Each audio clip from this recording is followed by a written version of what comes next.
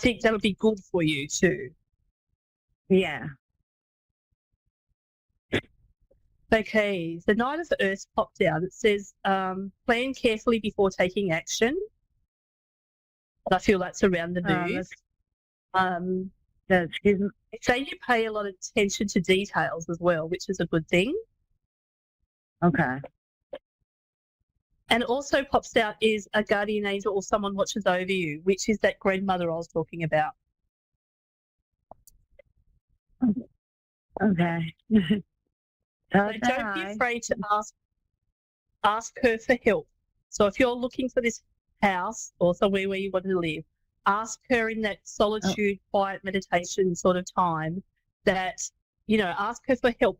Our guardian angels, our spirit team want to help us in everyday life, but can't until we actually ask them and invite them to help. So ask her to help you in all these little things that you're trying to do. Okay. They will open doors for you, if that makes sense. Okay. Okay.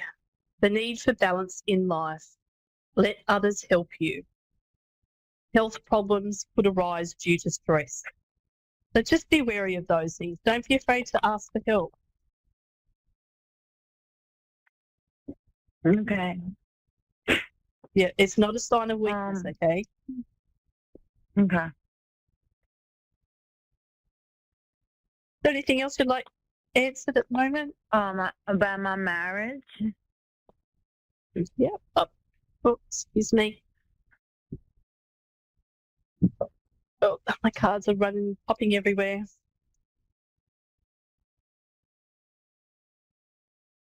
Okay. Well, before we get to the marriage part, the One of Earth has popped out, and it's saying significant purchases like a home. Okay, so there is a new home coming there for you. Okay. Okay, the Queen of Air that's just popped out. Releasing situations or people that no longer serve you. Okay. Don't know if that answers your question about your marriage, but yeah, I feel like you've outgrown this marriage.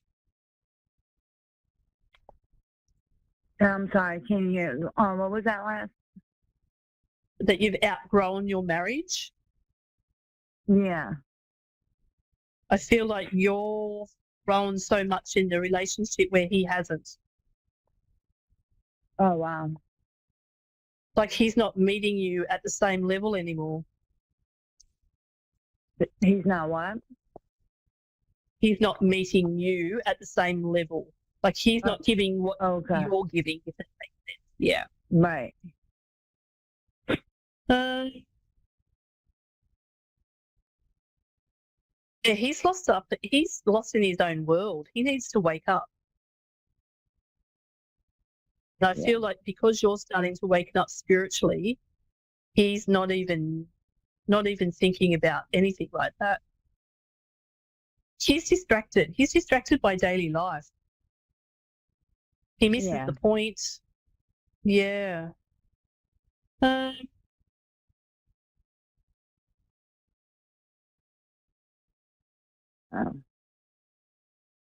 Just saying, the Empress has popped out. It's saying time to take action. It's time to take action because there is a victory there for you. Okay. Thank you so much for calling in tonight. We really appreciate it. Thank you so much. Appreciate you too. You're right. Thank you. Hey, we got Jenny from Nebraska. Hey, Jenny.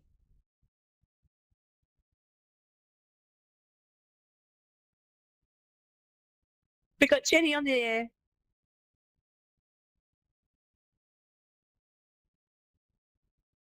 Hello. Hello. Hi, Jenny. Hello? Hi, how are you? I was like, I'm okay. I'm like, I can hear her. Can she hear me? Yeah, I can hear you now. How are you, Jenny? I'm okay. I'm okay. I've been working a lot on myself. So, but Excellent. Excellent. I think a lot of us have this year. I'm sorry. I think a lot of us in the collective world have been working on themselves this year a lot. Yeah, I think so. So just like my a birthday general is reading, or is there a March question? 4th, 1968. Sorry, it's really hard to hear you. My birthday is March 4th, 1968. I didn't know if you needed that. I just am wanting, I'm almost 60, and it's just been a rough last probably 30 years. And I keep hoping every year is going to be better than the last. I'm sure everybody says that, but the last, I'd say 8, have been a super struggle. So I don't know if anybody would come through to say anything to me, or if you see anything, just whatever you get, I'll go with. Do you know what I mean? No problem. We'll do a general reading. Perfect. Okay. Let's see. Well, the Empress was the first card that popped out. The Empress is saying time to take action. Give birth to your dreams. We are in a year 1 horse numerology. So last year was the year 9, which was about endings, completions. This year we're in a year 1, new beginnings, fresh starts. Is there a particular creative project you're working on at the moment? I like to make things with beads. Okay, so it's saying creative projects will be very successful. I feel like this is something that you need to, keep working on. It's saying taking the next steps, bold and ambitious choices, partnering with others who share your dreams, expanding your plans. Is there somewhere where you can sell these once you've done them? I've been trying to, but I've also talked to a friend that also likes to make things, but he lives in another state, wants me to move there, and that's both, because we're both ill. So I thought, well, instead of sitting in our houses in other states, we've been friends a long time, whatever, but for me to come up there, and then we'll both make things to our heart's content and sell them. You know what? I think that sounds amazing. And I think this is where you need to be going. Taking the next steps, bold and ambitious choices, which it would be partnering with others who share your dreams. This is what's happening. Expanding your plans, continue to move forward. Follow your heart rather than trying to make other people happy. And stop over analyzing. That's what I've been doing all my life. No, it's time for you. Yeah, I think this is going to be the perfect thing for you this year. Over analyzing the situation. So scared to move. I'm sorry. Yep. You know what though? I feel like when we make these decisions on our own backs, they usually come out so successful. But when we're pushed by the universe to make a decision in the end, it's a very uncomfortable. So by you making this decision on your own, I feel like the universe is really going to open things up for you the rest of this year. The beginning of this year was about building this momentum to take us on from like July to the end of the year. And I feel like this is where you're heading with this move, and exactly what you're saying about with this gentleman making your beads, selling them. So the 4 of Waters popped out for you, a magical opportunity. Okay. This is your opportunity to give yourself this freedom, the peace that you need going forward into your later years. It's time for you. Have some fun doing what you enjoy. And I really feel like this gentleman and you are just going to have lots of fun, if that makes sense. Like he's going to bring the fun for you. Yeah, and we've been friends for a really long time. We kind of sort of dated, back in 2009. I always still liked him, but he wasn't at a point in his life where, you know what I mean. Yeah, no, absolutely. So the 1 of Earth has popped out. Exciting career opportunity. The 1 of Earth, this is the card name, sorry. An exciting career opportunity. And I don't see that as a massive career. I feel like this is the beads that you're doing, that you're talking about. But there's also a purchase of a home as well for you. So that's saying, I think this move is inevitable for you. Wow, because he was talking about a home that he wants to build, and then me have my section in the garage to do my crafts, and him on the other side of the same garage doing his. Yeah, this Perfect. Wow. Perfect. I even hear music. I don't know who the music buff is, but I can hear music. I can hear you singing, and just enjoying and getting really involved in what you're doing, and just having laughs and just poking fun at each other. I sing all the time, and I send him recordings of me singing. There you go. Yep. I think you're going to drive him a bit crazy, but that's okay. Yeah, music is my therapy. Oh, mine too. Oh, sorry. All my cards kept dropping on the floor. Okay. What? Sorry, all my cards. I just shuffled the cards. All my cards that I've been shuffling. I'm sorry. I thought a person fell on the floor. I'm like, oh no, I can let you go. No. They say you manage your resources wisely. I try. But my body is really sick, and I'm scared it's just going to get worse. So I'm doing my best. He's going to be able to help you. I still have a lot of work to do, and I don't have help. Yep. Okay, the Two of Water has popped out. The resurgence of a romantic relationship.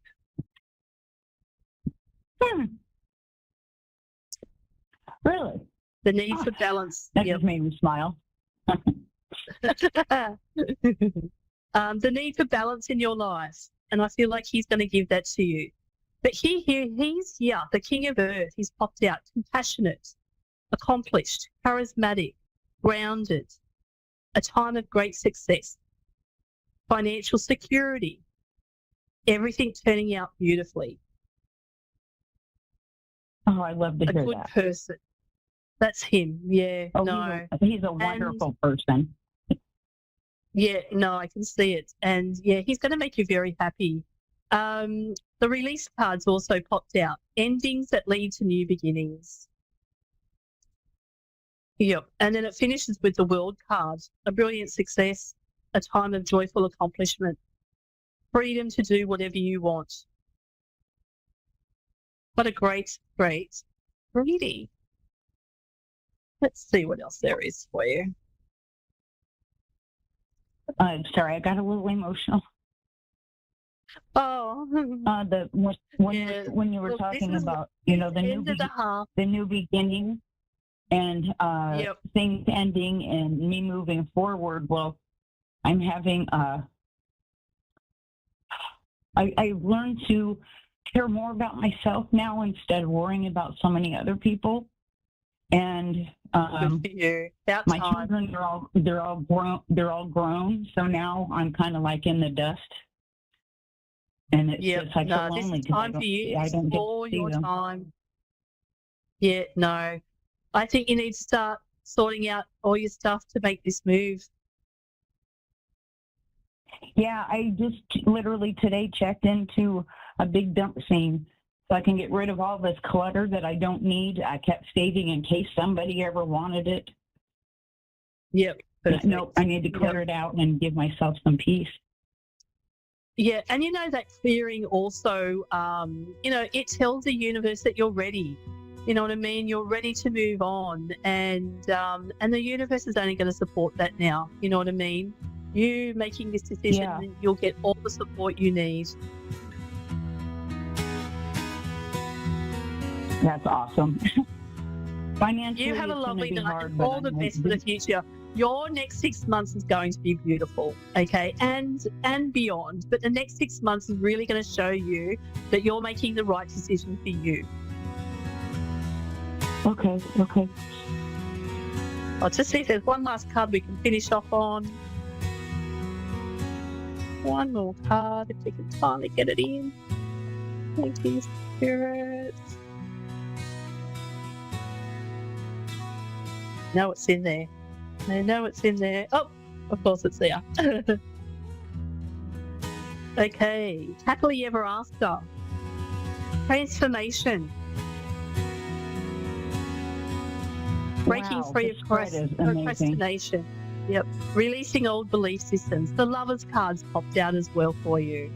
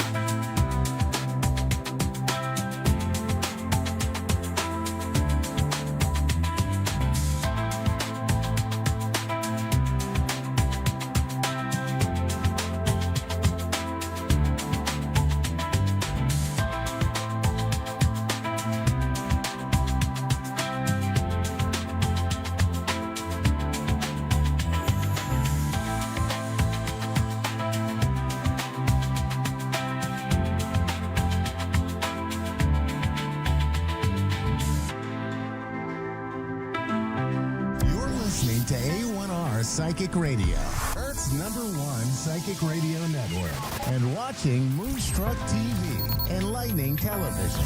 Welcome. Time for the Eleanor Grace Show with Eleanor Grace. Eleanor Grace. Live from GraceDestiny.com. Connect direct. In North America, dial 888-454-2751. In London, 20-3519-2158. In Sydney, dial 02-8488-3147. Or online, contact us through our Facebook page, facebook.com/psychic radio. Or one of our websites, askoneradio.com or moonstruck.tv. This is the Eleanor Grace Show on A1R, the Ask One Radio Network. Hello, hi, hello there, everyone. I'm Eleanor. I'm joining you here from London in the UK, and we're looking at having a fabulous week this week. So we're concentrating very, very much onto the moons, aren't we? We've had a blue moon, and we've got a strawberry moon that's coming up at the end of the month. Look around the 29th of June for that.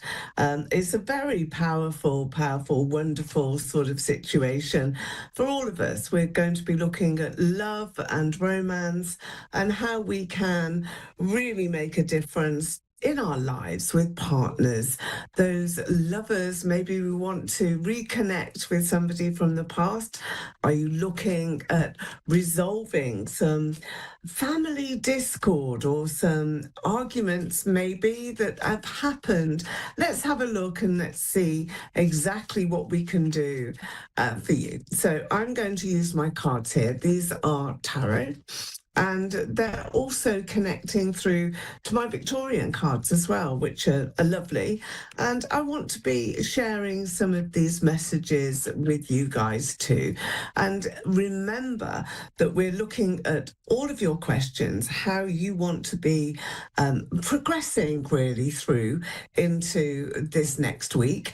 And I'm looking for answers to those questions for you. When we're considering the strawberry moon, it is very, very much about how we're all able to make a difference to those loved ones around us. We can make a wish, and wishes and dreams are really important at this time because we are literally making a wish here on our hopes for the future, for the things that we want to see happening in our lives, for our children perhaps as well, for those friends and work colleagues around us. Now I'm just going to take this here.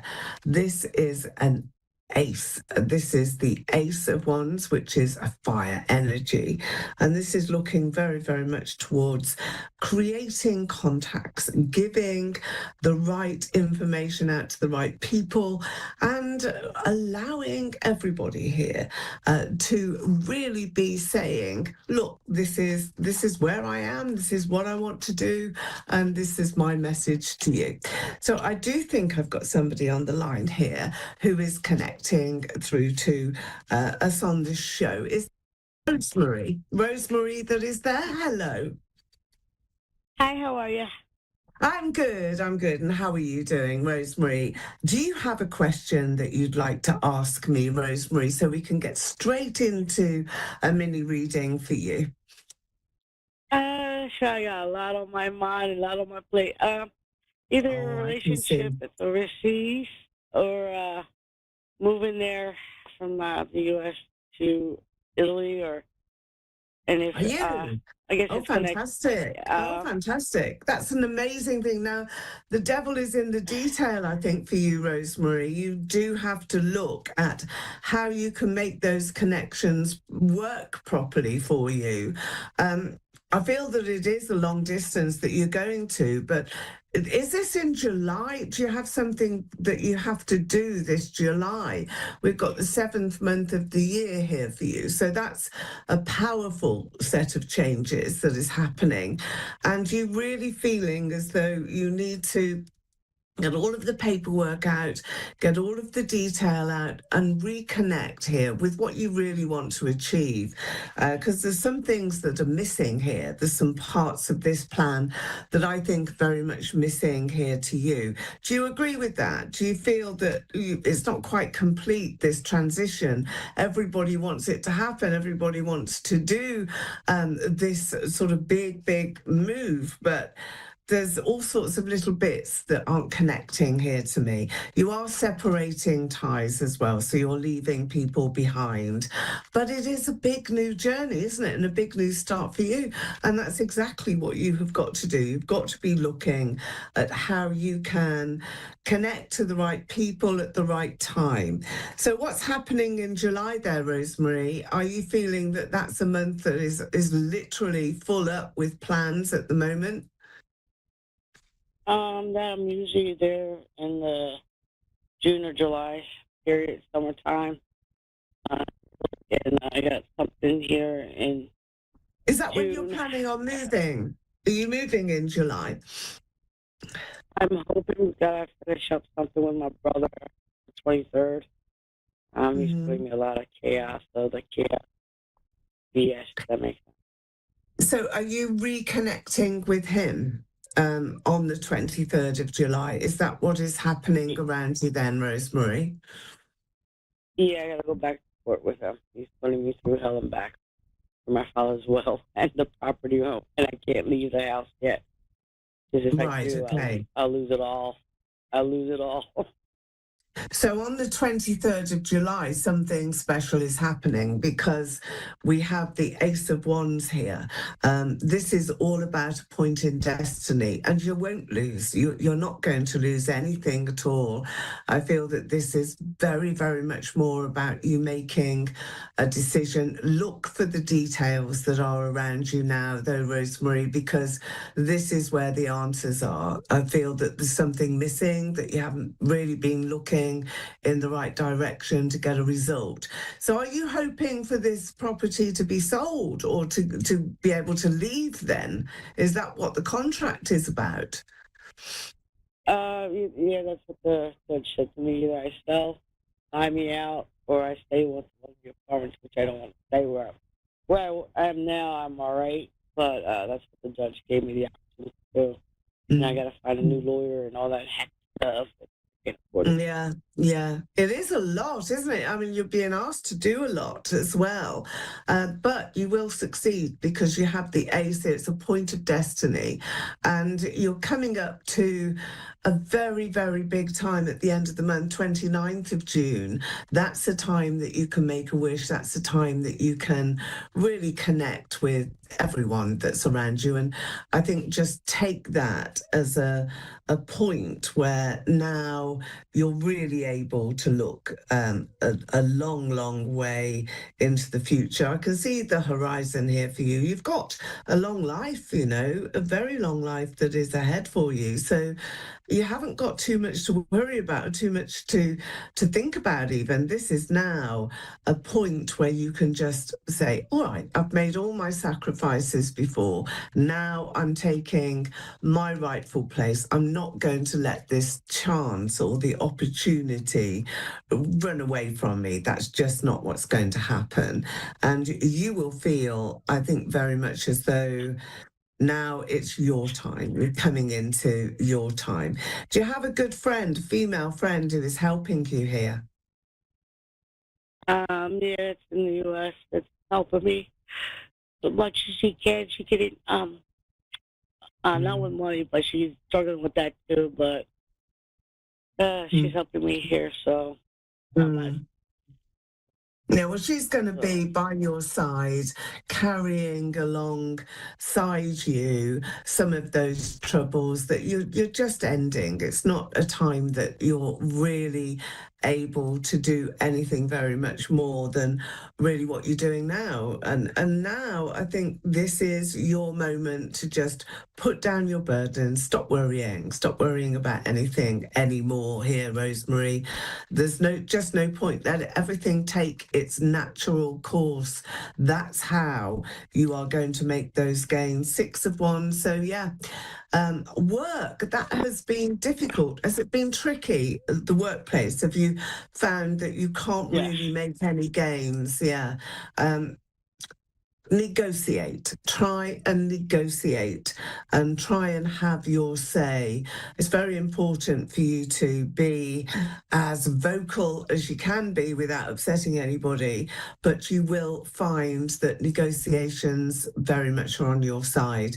Make a wish on the 29th of June. That's going to bring peace and harmony into your life. You've also got somebody with you in spirit here. There's a spiritual connection. There's a lady who is an ancestor. She's come in from a long, long way. I want to give you the initial of A here, maybe an Angie or Annie. It's got an E on the end of it. So I'm going to give you her, and you will connect, I think, with her in dreams. There's messages that are coming through. Do you know that name at all? Is that somebody around you now or an ancestor in spirit? In spirit, my real grandmother on my mom's side is Angela. Is it? And I know Angela. Angie, that's what she was called, wasn't it? So I do have Angie there who is, I think, protecting you. So as much as you may feel very vulnerable at this time, then please don't worry. Don't be concerned. You will be seeing opportunity open up, and that's going to give you a new drive forward. And you will find resolution. I'm sure of that. Your ancestor is coming through here to protect protect you and give you this new lease of life. You will put roots down in this new country. It will go right for you.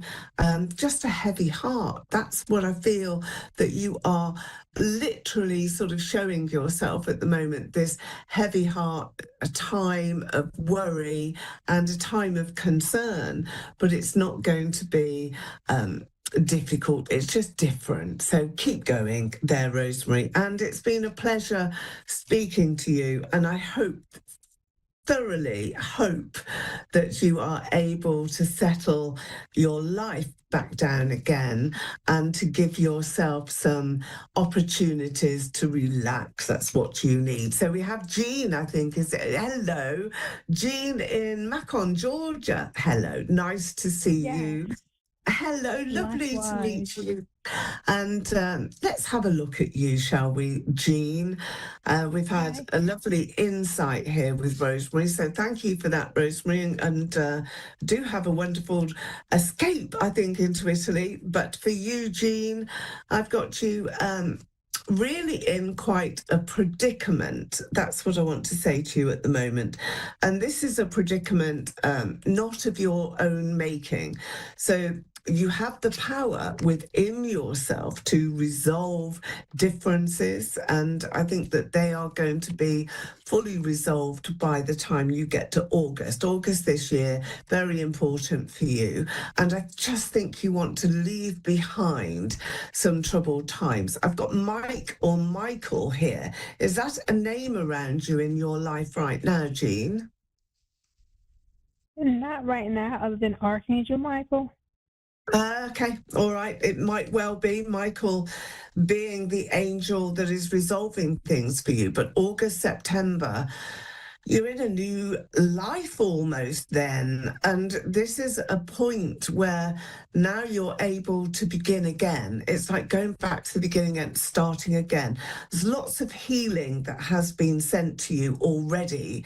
So healing energy is prominent. That's not something that's going to disappear either.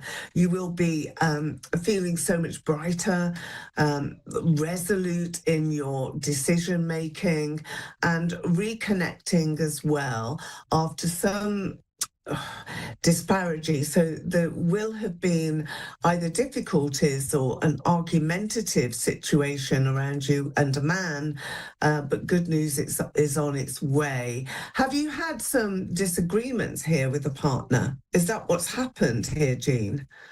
No, I haven't. I've been single for over a year. I recently just started dating on an app, so I'm chatting with a few people, but there's been no disagreement so far.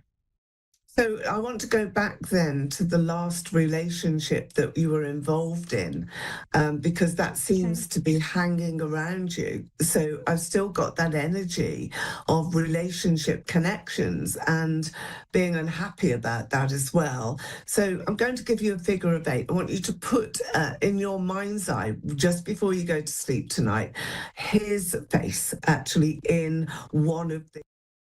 Okay, so we have the purple crystal ball here.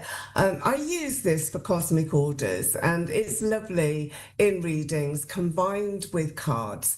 And that's what I do for all of my subscribers, which you can see if you join in my subscribers on TikTok. There's new special inner psychic circles. So that's all starting next week. However, I'm here now speaking to you from London. We're live on A1R, Psychic Radio and Moonstruck. And look, we've just had a card jump out here, so this must be for all of you. We're taking the Page of Cups here. This is about a gift, really, a gift for everybody to really have a fantastic time this week. If you're looking for opportunities, if you're looking to take some different pathway, maybe, different course of action, this is for you. Now, I'm waiting for a caller to come in, and I'll be looking into my crystal ball, which is fantastic. This is a really, really powerful crystal. It's the violet hue that we have. And the violet hue really allows for all of our aura to be seen and to be shown and to give the vibration of completeness. So we have Joy in Rockford, Illinois. Hello there, Joy. What a lovely name. I feel that you've got a really difficult sort of question. Is that true? Are you in that sort of frame of mind at the moment? Yes. I thought so. Well, Joy, let's have a look at you. I'm looking here into the crystal, and I'm going to also be taking a couple of cards for you. And I think that that's really overcoming obstacles. This is what you're actually being asked to do. So you must be feeling now as though you've got some major difficulty or some major obstacles to overcome. Is that your difficulty? Whereas the next card that you've drawn here, Joy, is the Chariot. Now, this is really good news for you, good news coming in, and you're going to be feeling quite uplifted. You're going to be feeling as though everything is just calm again. So, was this a person that you had an argument with? Is that what has been going on, Joy? What's your question? Yeah, I've been, well, over 3 years ago, my boyfriend passed away, and I've been trying to get back out and enjoying and doing events and trying to meet new people. Yeah. And the guys I meet are just not, they don't connect with me that way. So you had like a soulmate experience, I think, with your previous partner, and he left you because he had to ascend to spirit. Let me see what I have here, because I do connect that very difficult time, and yet you have some changes that are happening here. So good news with the Chariot really does bring in some overcoming those obstacles, really making everything change again. So I think it's a good omen. I think you've got good omens here. So here is your partner who passed away, who's turned his back, has walked into another space. His spirit is still around you. However, there was a difficulty with him. You couldn't overcome it yourself. I mean, there was nothing really that you could do anymore. I think you actually did your best, didn't you? You cared for him, you looked after him, you cherished him, and you gave him everything that you could. I can see that. Did he have a son, or do you have a son, a boy? He had a son. He did. Okay. I felt that was my first question. Did he have a son? I think he wants to send a lot of love to his son, and he's cherishing that energy, but also to you. Did you fall out with his son? Do you not see his boy? Is that what's happened here? Because you've got this difficult energy around that, and that would have been with regard to the mother, and you can't do anything about that. I mean, you loved your husband, you loved him, your partner very special. He's sending love to you now, but I feel that his son, he wants to connect with and send love to. So maybe you can just send that message out, even if it's silently, just going out silently to the universe, just saying he's here and he's wished that you have his heart and his very, very special energy to connect with you. And I feel that this is what we've got coming in with the crystal ball as well. So I'm blowing his wishes out to the universe on your behalf. Now, we do have some changes for you, Joy. Here, I'll show you. Your card is the Ace of Cups. This is about an energy that is coming in that's part of your destiny. So you're weighing things up at the moment. You're missing your partner. Of course you are. You're missing the company, and it's a big space to fill. It's hard to do. So do take a little bit more sort of love from yourself, love yourself a bit more, because you can't really change anything that's happened here. And this now is your energy, your destiny. So I'm bringing in some very, very special moments for you. This is your energy that is going to be showing. So let me take another couple of cards. The Ace of Cups in your destiny here is a new love. It's you to be loved by somebody new who is walking towards you. I can see that there's a haze here.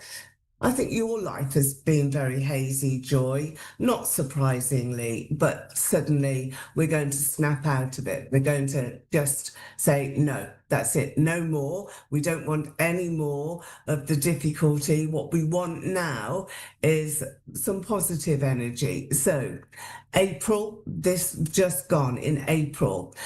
There was some sort of change in you then. It may have been a special memory month or a birthday month, something that allowed you to just be thinking of him.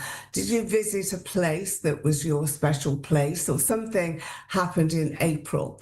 Now we're June, so we're 2 months on from then, and I want to give you another timescale card, which is taking you to August. So the 4 months from April to August, this is your transition time.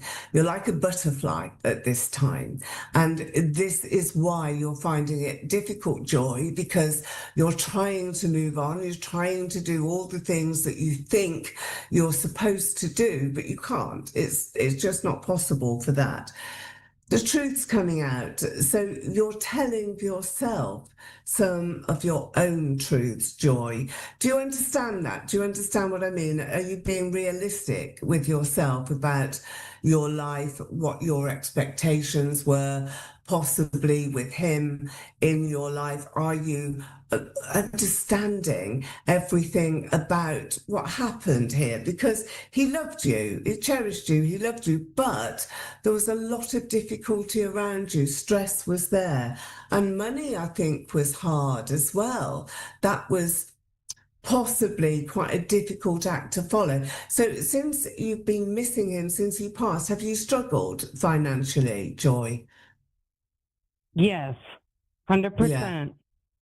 Okay, so he's now trying to bring some wealth back in, I suppose, or bring in some feeling that you're not quite so isolated, because this is you, you're the hermit, and that's not a good place to be. Do you like music? I'm hearing lots of music here. Was he a big music lover? Is that what he was? Yes. Yeah. What about, and I love it. You too. Well, he wants you to play lots of music. I feel that that's his message. And who is John? Who is John? Johnny? Is he a neighbor, somebody around you? Could be. I don't really know a lot of the neighbors. I just moved here a few months back. Okay. I think that you're going to be meeting John. He's shouting out that name, and I've got like Eddie or an Eddie name. I don't know who that is, but I'm hearing it, so I'm going to give it to you. But do you know an Eddie? E-D-D-Y? No. Okay, I'm going to give Not you yet. those two names. Not yet, no. So John, I think, is a near neighbour. I think he's around you, but he's noticed you. He likes you. He's helpful. So maybe he's going to be doing some odd jobs or things, just to help you. But I think Eddie, there's an Eddie, who is here, and he's on a future path. And you've got some really, really fascinating attractions here between you and the opposite sex. So you are going to be looking amazing. I think you're doing lots here to improve your vibrational energy. So that's really great. So this is about taking some steps to make your whole life a lot more visible, getting out there a bit more, being in the community around your neighborhood a bit more, because I do feel neighbors are important at this time, and they will show you perhaps a few more opportunities to socialize, to be happy, but you're certainly joining in. And that's what I like to see. August, another timescale. Are you not working at the moment? Not yet. No, I've been looking. Well, the High Priestess has just come in. The High Priestess says to you that you'll be working very soon. There's a job here for you. The Chariot is another card that you've had earlier, and this also brings great news in for you. So I've got another crystal here, and we've already seen the violet crystal, which you can see here. I think you can still see it, it's here. But I want to look at this crystal ball now. This is one is quartz crystal with citrine in it. So the citrine really shows the abundance that is coming in, the abundance that's here for you. So there's a new job on the way. It's a man, it's this guy who's going to give it to you. It's a corporation, a large company that you'll be working for. And this will be a joy, and you're called Joy, but this is you really finding your feet. So we're seeing prosperity in this crystal with the citrine that goes through the crystal ball, and we're seeing a real effort that you are making to please other people. That's important, and other people like you, so don't think that they don't. Why is it that you just think, I'm not sure about this person, not sure about that? Embrace the opportunity, because you are going to be finding the partner. Here we've got the crystal again, and I'm seeing this here, that you will find a very perfect partner. I know how much love you've had in your life and how much you've lost. But your destiny is not about being on your own, Joy. Your destiny is about finding harmony and a companion. So now you've just got to be thinking about the sort of character that you want in your life. Think about his qualities, not what he looks like. That's important. Sending you a cosmic order. This is for you, Joy. So mote it be a happiness and love and romance to join you. So come and join me on my live stream. I'll be on TikTok very soon. And don't forget, subscribe. I have a special Inner Circle subscription for you, and I'll see you next week. And really do remember to join in to A1R Psychic Radio, Moonstruck TV. We have the most amazing selection of psychics and mediums from all over the world, you know. I've been Eleanor Grace, and I'm in London in the United Kingdom. I'll see you next Tuesday. Have a great week.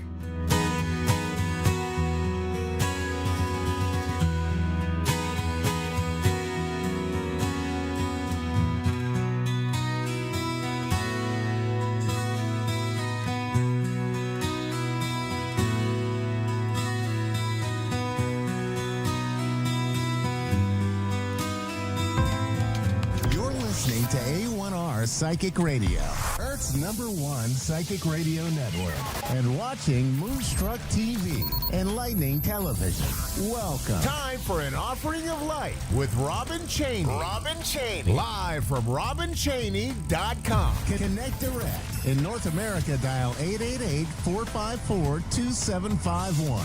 In London, 20-3519-2158. In Sydney, dial 02-8488-3147. Or online, contact us through our Facebook page, facebook.com/psychic radio. Or one of our websites, askoneradio.com or moonstruck.tv. This is an offering of light on A1R, the Ask One Radio Network. Good evening and welcome to Thursday night on A1R Psychic Radio. I am your first host of the evening. My name is Robin Chaney, and I welcome you to a night of wonderful healing and beautiful messages. Excuse me, I have an itch. Welcome to all the new folks. If you like what I'm doing, please feel free to go to my website and see what offerings I have. And if you might be interested in any of your returning, welcome back. It's great to have you here. And I look forward to getting into some people's energy that is so weird. Like, especially like my left ear has just been so weird today. It's like this kind of, I don't know, a tunnel kind of thing. Like yesterday, it was like my ears wanted to pop, and it feels like this one is just kind of hollow. I mean, my brother would make a joke out of that, but it's not the only hollow thing in my brain. But anyway, if you all have brothers, you'll know what I mean. But it's so interesting. And right before I got on the call, I just noticed, I'm like, what's that energy back there? And it was somebody being polite because they know I don't like, entities or souls in my house unless they're invited. But for this time here, of course, they're invited so they can give messages. So it is a gentleman. And I also have a couple, an older couple. They passed when they were older, which was great, but not so old. So they could have had a couple more years if they would have done a couple things, but they didn't. So they passed, but they still they feel like they had a good life, an extended life. It feels like the daughter is Carolyn. They're both coming through. I actually know Carolyn. She used to be my neighbor several years ago, or a few years ago. And I'm not sure if she's watching tonight, but if she is, your mother and your father are coming through. Your father's coming through. It's so funny with the, it's March 17th. What holiday is that? It's March 7th, St. Patrick's Day. So he's coming through in green, and he it's like the luck of the Irish, right? The luck of the Irish. He's coming through quite jovial that way. But it's so interesting is he's got this big red round face. It's like he's coming through this big red round face, very jovial, very large energy, which I don't think he had in life. But now he has all of this jovial energy. It's so interesting. Because he's not burdened, with what he had in life. So this is really cool energy. And your mother's coming through. She feels very petite, very stepped back, and man, my ear is just doing some crazy stuff this evening. Please excuse me. They're coming through, and they're like,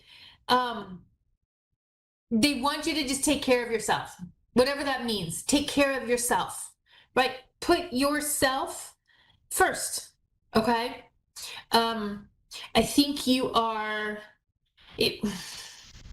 I'm going to kind of speak a little freely, and my apologies if it's a little too blunt, but it feels like you don't even know that you can take up space. Like you want to take up space, right? You want to take up space. You want to have all this wonderful things for everybody, but you don't. You really don't. And when it comes to somebody else, you're going to put them over you, or you're going to give them more space because you think they need it. They don't need it. They can take up their own space if they want, but there's plenty of space for you too. All right, take up your space. He's making me giggle. He's just like, nah. Again, I don't think he was like that, like especially in his later years, but I don't think he was like that in life, maybe in his earlier years, but the later years, no, not at all. There was a lot of cynicism. There was a lot of heaviness and dread. There was a lot of dread. Oh, that's why he made me say that, because you're having a lot of that dread too. Okay, so let's watch fun TV, right? Or fun videos on YouTube or wherever you are streaming. Fun videos. They want you to laugh and feel life and experience life and just live, not just survive, live, right? And it's so funny. I do get a lot of messages for people like that from people who have crossed on. It's like, experience your life, live your life. Try not to get in that dread, because that's like this hopeless circle, right? It's like this perpetual loop that just is negative, negative, negative. And if you want to do something, do it. Do it. You'll find a way to do it. If that's what you want to do, a way will be shown for you to move forward with it, okay? So it's just don't give up. Don't give up hope. Don't lose your faith, because there's so much for you. There are so many options and opportunities for you. You just have to choose them. You have to choose you, okay? Choose yourself over somebody else's anything, right? And that's not for everybody. That's like for Carolyn and a couple people watching. Well, a lot of people watching here are very much people pleasers. But Carolyn goes out of her way, abandons herself to please others. And she doesn't even realize she's doing it because she's done it her entire life. She's done it to chameleon herself so that she doesn't stand out so people can't attack her. But Carolyn, my friend, you've got to stand out, right? Stand out. You're wonderful.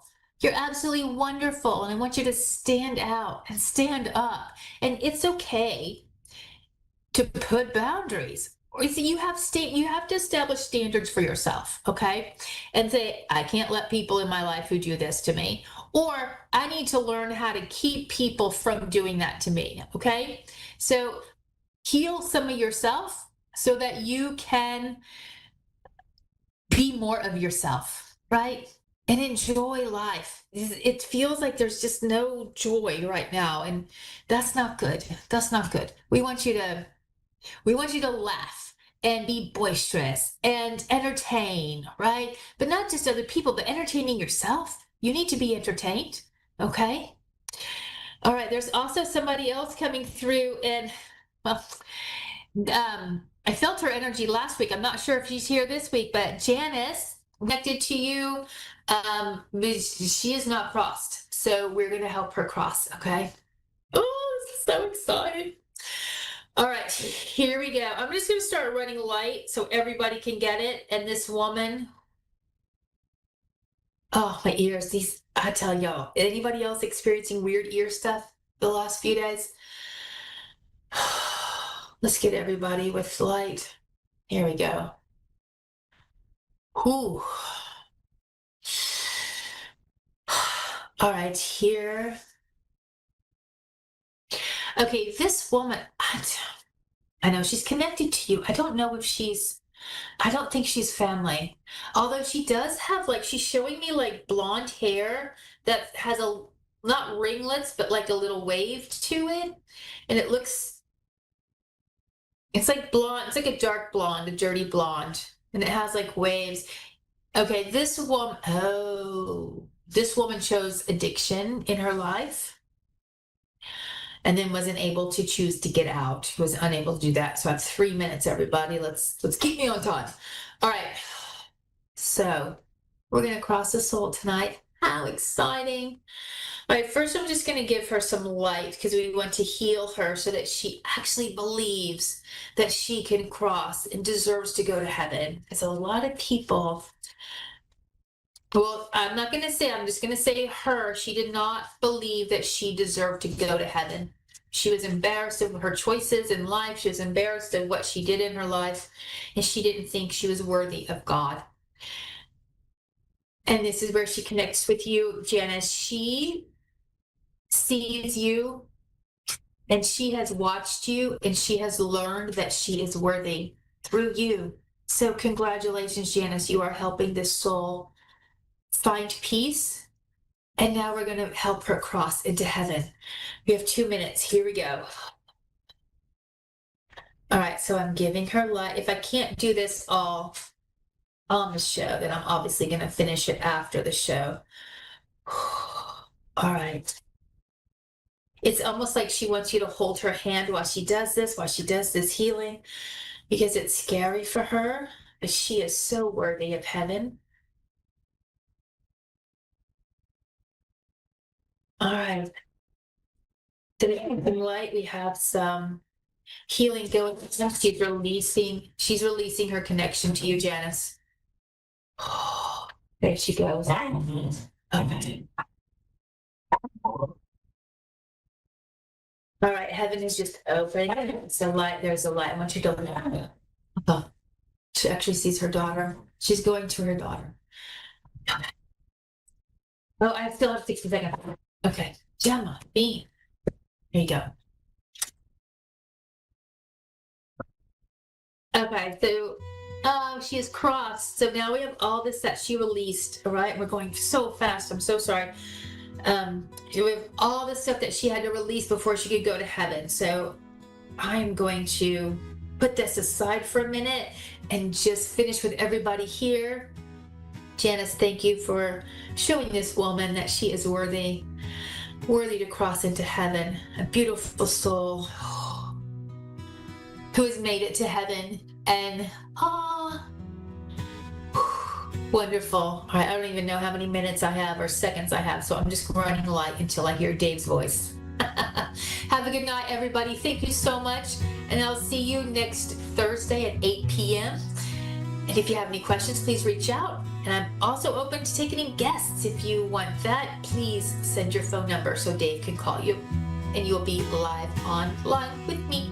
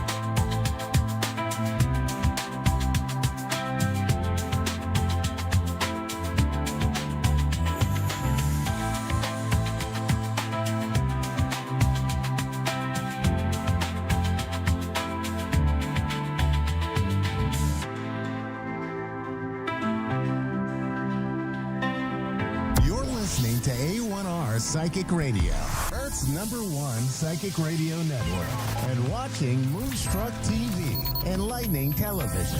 Welcome. Time for Soul Song Healing with Lizzie. Live from soul-songhealing.com. Connect direct. In North America, dial 888-454-2751. In London, 20-3519-2158. In Sydney, dial 02-8488-3147. Or online, contact us through our Facebook page, facebook.com/psychic radio. Or one of our websites, askoneradio.com or moonstruck.tv. This is Soul Song Healing on A1R, the Ask One Radio Network. Hey, this is Lizzie. I'm back from Soul Song Healing. And today I'm going to be talking about animal communication, which out of all of my intuitive abilities kind of really surprised me. It kind of snuck up on me. Mostly people come to me for healing work and intuitive readings, but a long time ago, during kind of a surreal time of my life, I was hanging out with this woman who had this massive mansion, and she would have her friends over. She would invite me over to do intuitive readings for her friends. And she had these 3 dogs, and one of the dogs got really injured one day. And she asked, Lizzie, can you figure out what happened to the dog? So I expected my spirit guides to tell me, but instead the dog answered, and I was really surprised by that. So the first thing the dog said was, it was my brother's fault. It wouldn't have happened if he had come with me. So I told the woman that, and she said, yeah, usually his brother goes with him. Then he explained what had happened in terms of the accident. And then he said something about feeling like the least loved of his family. And that was the day that I realized, oh, I can talk to animals. So I do this professionally. And to explain this, I think understand that words just represent energies. So this is a telepathic connection that you're having, but it's really just you're reading the energy and translating it into words. So it's not that far-fetched, but it definitely surprised me. But that's what I'm going to be doing today. I can talk with animals that are alive or animals that have departed. So I also offer pet mediumship if that's something you're interested in, and you can look it up at Soul-Song Healing. I'm going to take a caller and see if I can talk to their animal.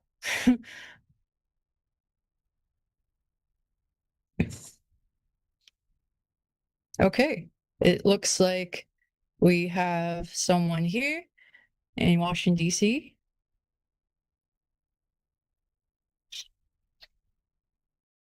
Hello. Hello. Hi. Hi. Hey, do you have an animal you'd like me to talk to? Sure. I have a tiny dog. His name is Jackie Chin, and I have a few questions for him.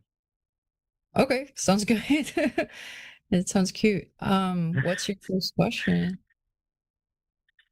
Hold on. I wrote them down. Give me 1 second. Okay. Okay. Definitely. So I was under the understanding that me and my dog, we have a soul contract, and I was wondering what that pertained to. Like, what are the conditions of our soul contract? Okay, let me see. Okay, so your dog is very loving. I mean, that makes sense for a dog. But the first thing that they're saying is that they're here to help you. Okay, so they say that you struggle with depression and they're trying to help you with your self-worth, but also that there was a focus in your upbringing or like in your current life, in your environment, which also it makes sense if you're in DC, on external achievement. And that they're here to correct this balance, that it's more about internal growth, that basically like the world of what's outside of you is not going to bring you the same happiness. It's more about shifting what's inside of you.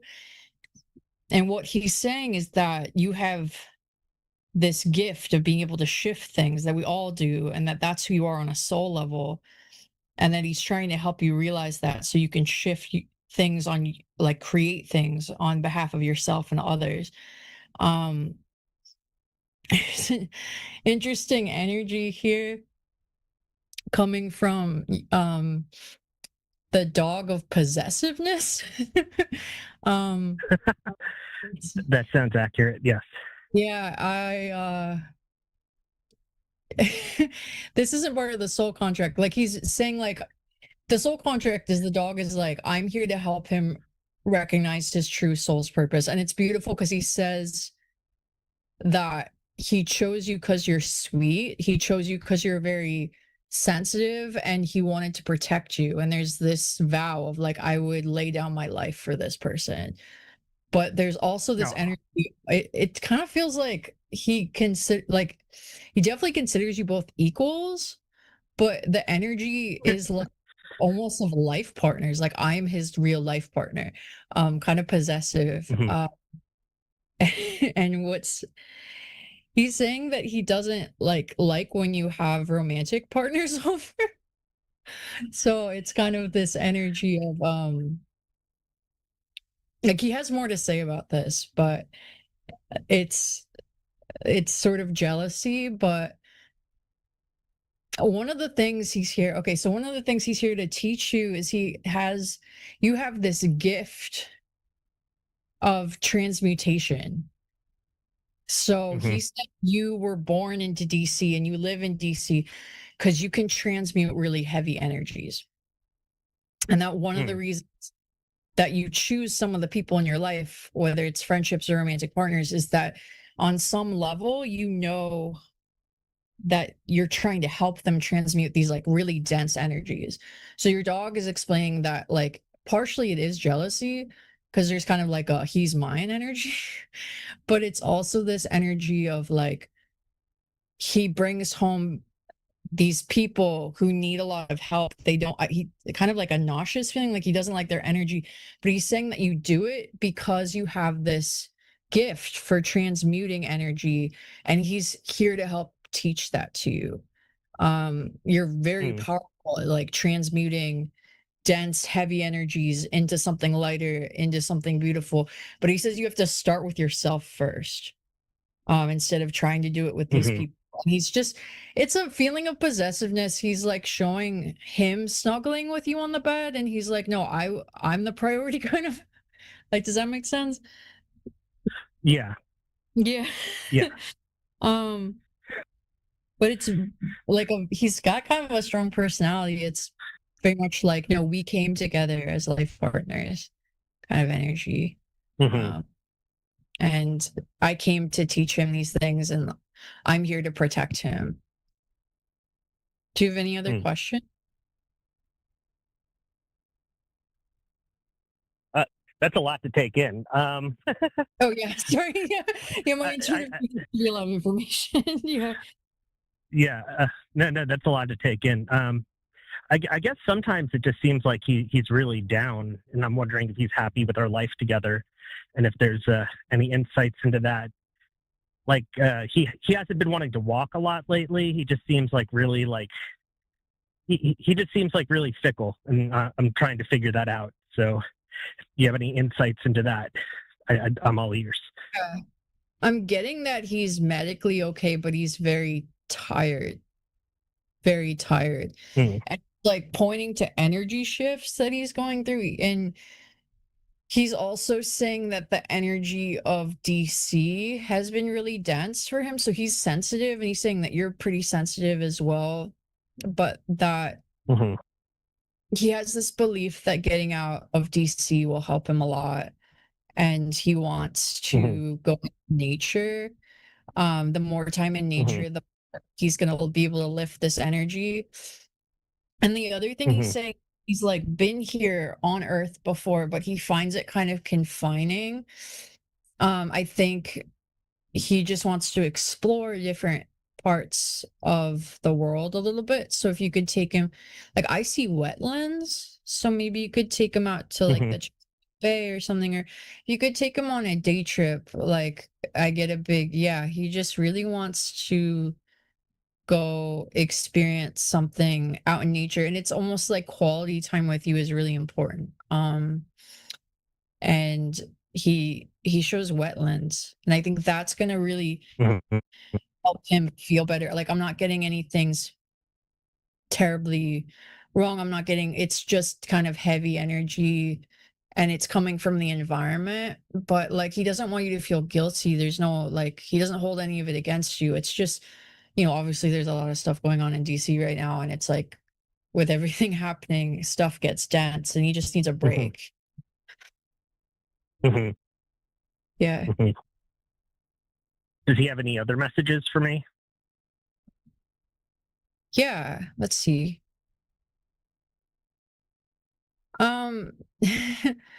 It's basically just a message of like really beautiful love. Like he's known you before. Did you have a dog when you were a child? When I was what? When you were a child, did you have a dog? Yeah, had many dogs. Okay, I'm not sure which one it is, but he's saying that he was your childhood dog. Like he's showing you being like alone as a kid, but you had a dog you were really close to. And I know that that's not as descriptive as I would like, but that he was that dog. And there's kind of a message of like he'll come back to be with you, but and he wants you to know that he sees you as very beautiful, and that basically he's here to help you depart from anything that is any beliefs that you're anything less than sacred. It's he's here to show you who you really are on the soul level.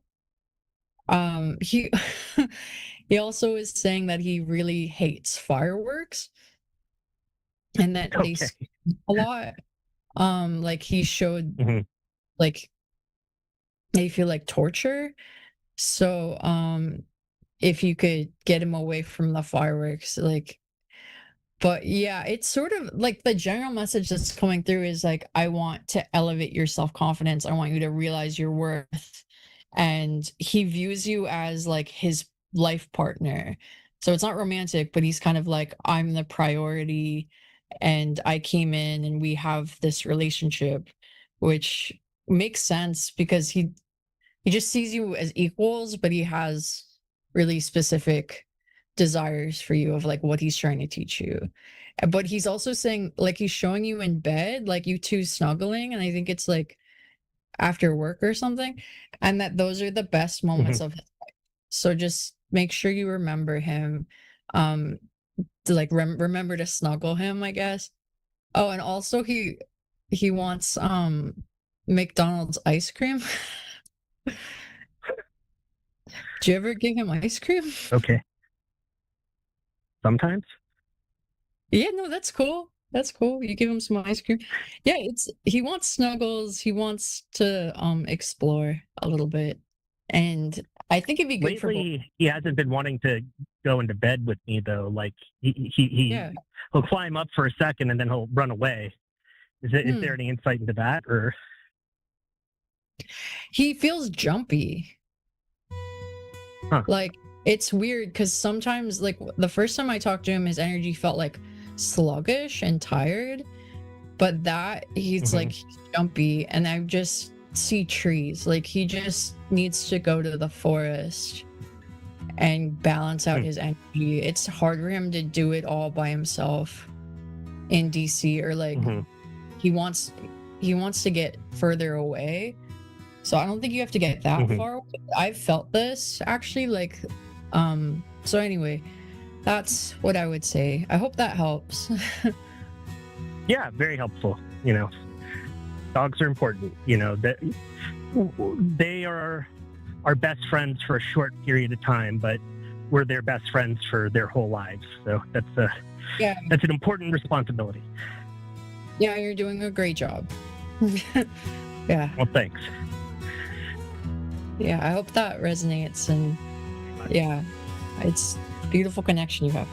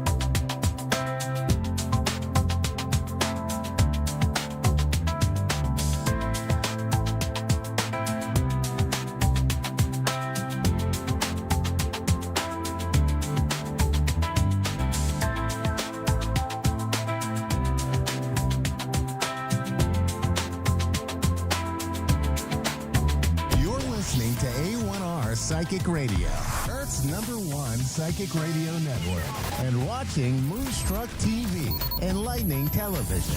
Welcome. And now, Reverend Elliot's Magical Window with Reverend Elliot. Live from magic-works.com. Connect direct. In North America, dial 888-454-2751. In London, 20-3519-2158. In Sydney, dial 02-8488-3147. Or online, contact us through our Facebook page, facebook.com/psychic radio. Or one of our websites, askoneradio.com or moonstruck.tv. This is Reverend Elliot's Magical Window on A1R, the Ask One Radio Network. Greetings, fellow seekers of truth, wisdom, and light. This is Reverend Elliot coming to you live from the city of New York, where I think the Soviet troops are just outside the bridge. So I don't know. Let's see if we can keep going before they get here. This is an interesting little city that's going through a revolution that nobody notices because it's all in some guy's mind, It's just very funny to me that these people are trying to take the capitalist capital of the world and turn it into Leningrad. To me, I find that very funny. But it won't affect you and me. We'll still get together every Wednesday at 11 Eastern, 10 Central, 9 Mountain, and 8 Pacific. Don't forget Pacific time. I don't want to leave Governor Newsom out. And we are going to spend the next hour looking through the tarot and taking calls from around the world and see what we can do to shine some light on things that are going on in people's lives. I've got a couple of things I need to talk to you about first, and they're very nice things, by the way. This is a fascinating shaving brush in the shape of a skull. I don't know if you can see that clearly enough there. And I was lucky enough to get my hands on one of these. And I put a thing up on Twitter saying that tonight I'll explain how you can have that. That can be yours if you want it. All you need to do is, obviously, if you're interested in a shaving brush, obviously you use shaving soap. And as you know, because I mention it ridiculously a lot, I make my own shaving soap. I was compelled to do that when inflation during the last administration kicked the price of manufacturing cheap shaving soaps, and I don't mean cheap, I mean inexpensive. That's a hideous vernacular, isn't it? So that the 3 really top affordable shaving soaps went out of business. They couldn't. These people who don't understand business don't understand profit margins. I'll give you an example. By law, we have rent regulations here for about 1 million apartments. And people keep trying to take that to court and say it's an illegal taking, and it doesn't work because in exchange for that, the building owners get something. They get a guaranteed, and now listen, if you're in business, this is going to blow your mind. They get a guaranteed 7.5% profit margin. See, and if they don't get that profit margin, they can raise their rents. But there are people who think that that's a lousy profit margin because they don't understand business. I remember I told this once to a restaurant owner, and he just looked at me and he was silent for a moment and said, I would kill for a 7.5% profit margin. So it's a good deal, but people don't understand that, they're talking about, freeze the rent, the evil building owners. They use that feudal term, landlord, which I despise. But this is what's going on here in New York. We go through this upheaval every few years because ignorance prevails. Grocery stores, for instance, work on about a 1 to 2% profit margin. Think about that one. I would never get into a business like that, but, if that's the business, you do it. So I'm in the tarot business, which has no overhead. So, my profit margin, I do away with it. I do, like today. I mean, everybody who calls to get a reading is going to be charged $85. Yeah, right. It's free. It's all free. I don't charge for that. I charge for private readings. And if a person says, well, I can't pay that, so what do you want to pay? I'm an interesting kind of capitalist. I don't let money get in the way, and I don't care. I'll do it free. I've done plenty of readings free for people, not just here on Ask One Radio, which it would be horrible if you called in and then you found you got a bill, right? No, this is completely free. And I know, you see, you're supposed to pay for occult work, and there's no reason not to. But if I don't want to take your money, you're not going to pay me. You can knock the door down and demand to pay me. If I don't want your money, you're not going to pay me. Obviously, there are things in life that I do not do for money. making shaving soap is not one of the things I do for money, you know. But anyway, we were talking about profit margins. The profit margin of things like Williams shaving soap was so low that when the inflation rate hit 9%, they couldn't afford to continue. Well, here's this. So I started making my own shaving soap. It was remarkably easy to do. It's a beautiful shaving soap. I have 4 different types of shaving soaps now. You can go to tiny.cc/ Mojo Soap, capital M, capital S, one word. But this skull shaving brush is like a $13 to $15 value, a badger hair brush, not synthetic. I will give it to you if you buy 6 soaps. See, that's the deal. You get 6 of my shaving soaps, which are not only affordably priced, but at eBay, where you'll find my soaps, make an offer. Forget the list price. You know, like I said, obviously I don't do this for money. So if you want to pay less, and you'll get that free. The other thing is, since I only have one, you know, that's going to be a problem for everybody else who may want one. But I also have this wonderful 3.5-inch button, which says, I do it the old-fashioned way, and it shows a straight razor and a mug. And the mug there is the one I've been using for 50 years. Think about that. It's a United States bicentennial shaving mug I got back in 74, in 2 years before the bicentennial. Gosh, and I can't believe that I still have it with me. So I just wanted to let you know that if that shaving brush in the shape of a skull interests you and you want it and you shave this way, get over to mojoacademy.org and look at the soap selection there, and then that'll direct you to eBay, where you can make an offer and pay what you want to pay, and I'll consider any offer.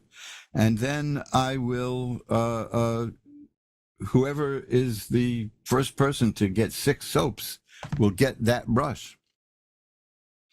Everybody else will get that button, but you know, even if you buy one, you know, but I'm giving a little incentive.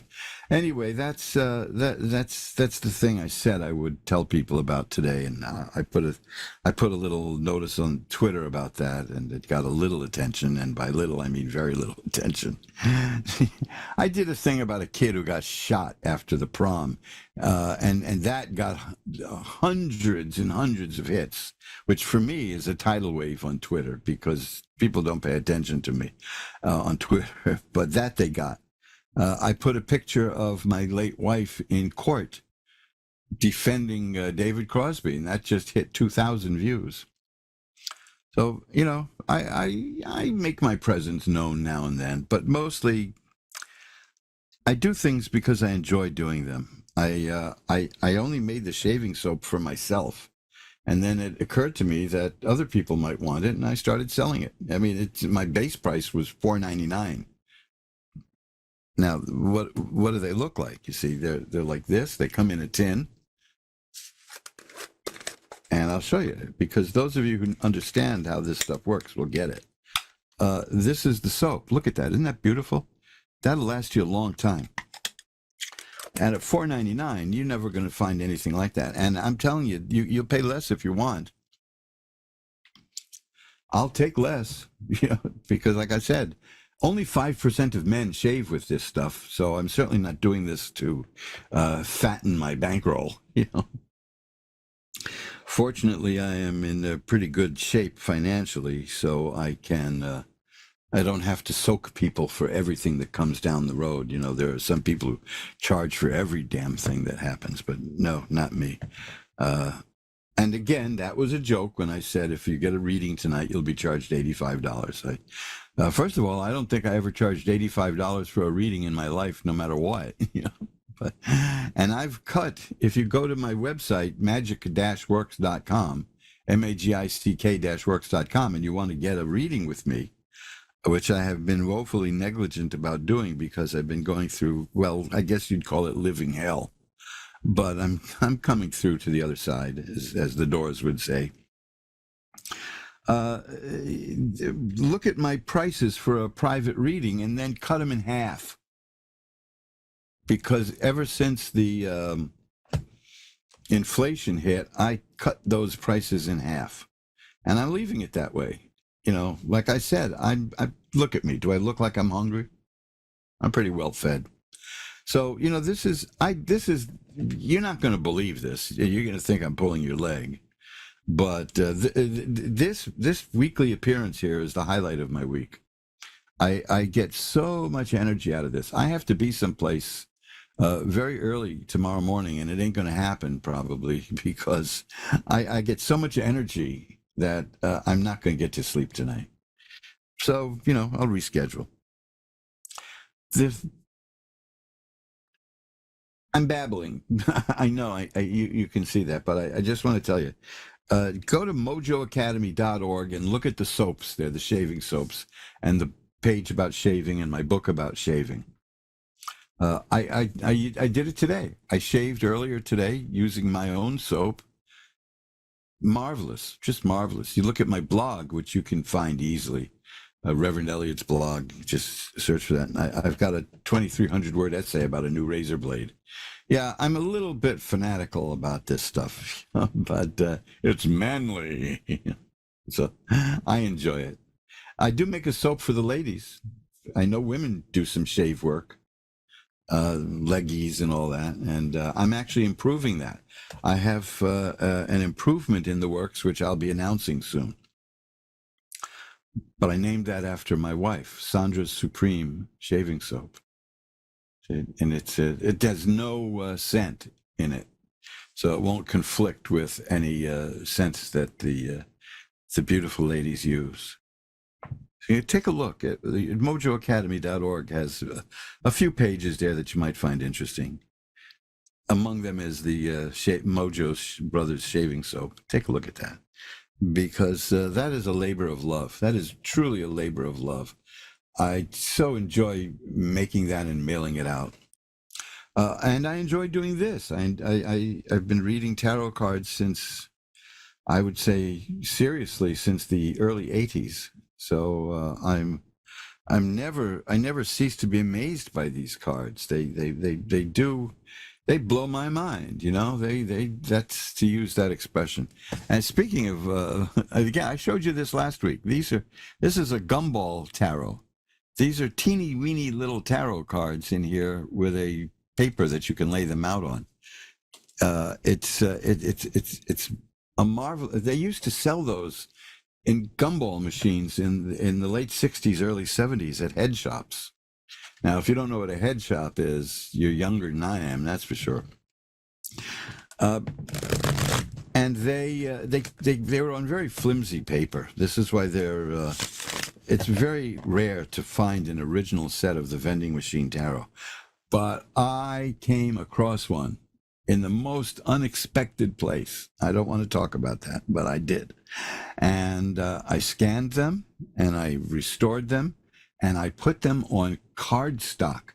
So these are not going to crumble like they did in the 60s. And I put them in capsules here.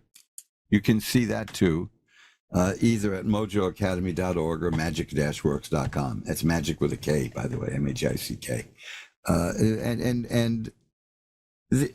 I just see, I spend my time making these things. Here, this is a calculator. Look at that beauty. That is 3 dials that rotate. It's not the dial of destiny that bombed at the box office, didn't it? Maybe it didn't, I don't know. But it is something that if you know how to use it and you do magic rituals to enhance your life, that will tell you the right time and day to do the ritual. And I make those. It's just, everything I do, I learned in kindergarten arts and crafts. It's called neoteny, folks. That's a word you should look up. Neoteny. Because that's probably the biggest problem in the world today. But it's my strength. It's, hey, look, what can I tell you? We're all in this together, right, folks? So why don't we get to the readings now before I babble and my head falls off? Let's ring that magic gong, first of all. And as I tried to say last week, but my teeth wiggled, I guess. The significance of that is we're going to do the show now. Let's ring a bell 3 times to declare sacred space. And now we'll draw back the curtain on the magical window and get to our first reading. And that is Robert in Phoenix, Arizona. Hello, Robert. You're on with Reverend Elliot. Hello. How are you? Well, I'm hanging in there. How are you doing? Yeah, me too. Just hanging in there. Yeah, I'm having all kinds of trouble with bureaucracies. I wasn't when my wife passed away, and that's hard enough, but the bureaucracies are insane. They're just crazy. Right. And I can't convince them that I am who I am. So I've got to take care of that again and again and again. Right. But I'm determined to succeed. So how are you doing? What's up in your life that you want to look at? Oh, boy. Well, speaking of wives passing away, my wife recently passed away. Oh, gosh. And I'm sort of looking for clarification. What am I supposed to do now? And things like that. You know, I've got a friend just 2 doors away on where I live who went through this a number of years ago, and I haven't yet had a chance to talk to him. But I don't know. I guess it's different for everybody. I mean, I knew one. Yeah. I don't want. This is just this. I knew one guy who had a couple of children in their teens, and his wife passed away, and he killed himself. You know, and left them orphans. You know, now I can't imagine doing that. Can you? Yeah. No, absolutely not. No, you know, this is horrible. But you know, it's so difficult to deal with. It is. Yeah. Would you like to have a specific question looked at, or do you want me to just see what the cards show? Yeah, show what the cards have to say. I'll shuffle them up, and we'll think about your question, which is kind of an open-ended question, really. You just want to look at the situation, right? Right. Yeah. That's fine. See what's coming. Okay, now let me cut the deck. And the 3 of Cups is an interesting card to get here because that is about getting what you need through your friends. Right, yeah. And that friends can be supportive. So if you can, you know, if you can tap into that, it'll be very good. The 7 of Cups here is about a confused mind. I don't mean an addled mind. I mean a mind that's filled with various things. It's. I happen to like the state of that card because it means a person has too many thoughts and ideas. But I'd rather have too many ideas than no ideas at all. So you know that's just me. Yeah. But that's what I see there. The Queen of Coins is here. That relates to money and handling money well. The high priestess, the Empress is here. That's a woman who is creative and can get things done. Somebody may come through to help you here. Your ultimate thing here underneath it all is the 10 of Cups, which is there's a rainbow and a family and happiness. This represents a happy home and joy, which, you know, if you're like me, is the furthest thing from your mind right now. But this will come out okay according to these cards. You know, there's money coming. Well, you know, I mean, first of all, I mean, in my case, my Social Security benefits are going to go up, which is Whoopi, right? It's good news. Yeah. I'd rather have her back, but Right. Yeah. Yeah, I know what you mean there. the star is here. That's a card of hope and optimism. That's That is incredible. now you see, these are the kind of messages that are like bromides. It's always darkest before the dawn. We don't need to hear that. I believe, but I do see things are going to work out well. The Ace of Swords is here now. That's fascinating because that will symbolize. I showed you that card. I told you about the card, the Seven of Cups, which was a kind of disorganized thought process, a lot of thoughts. This is the sword. The Ace of Swords is about the beginning of a new way of thinking. Right. Your mind is changing and growing. Right. And there's things coming. There's good things coming your way, which is this card, the Three of Rods. There are things in your life that amount to seeds you planted, and they are going to come back to you. Not soon, but not long either.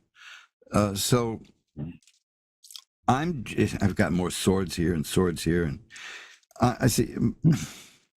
Now the Ten of Swords is a fascinating card. I'll stop with that one.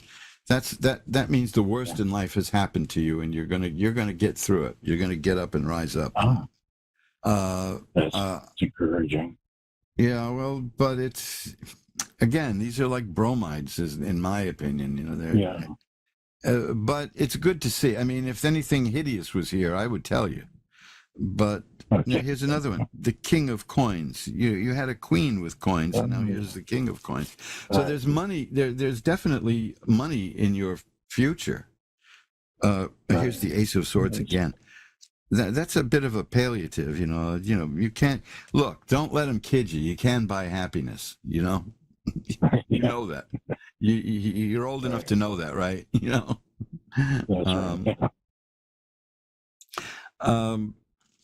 The Page of Coins, that's the physical appearance of money.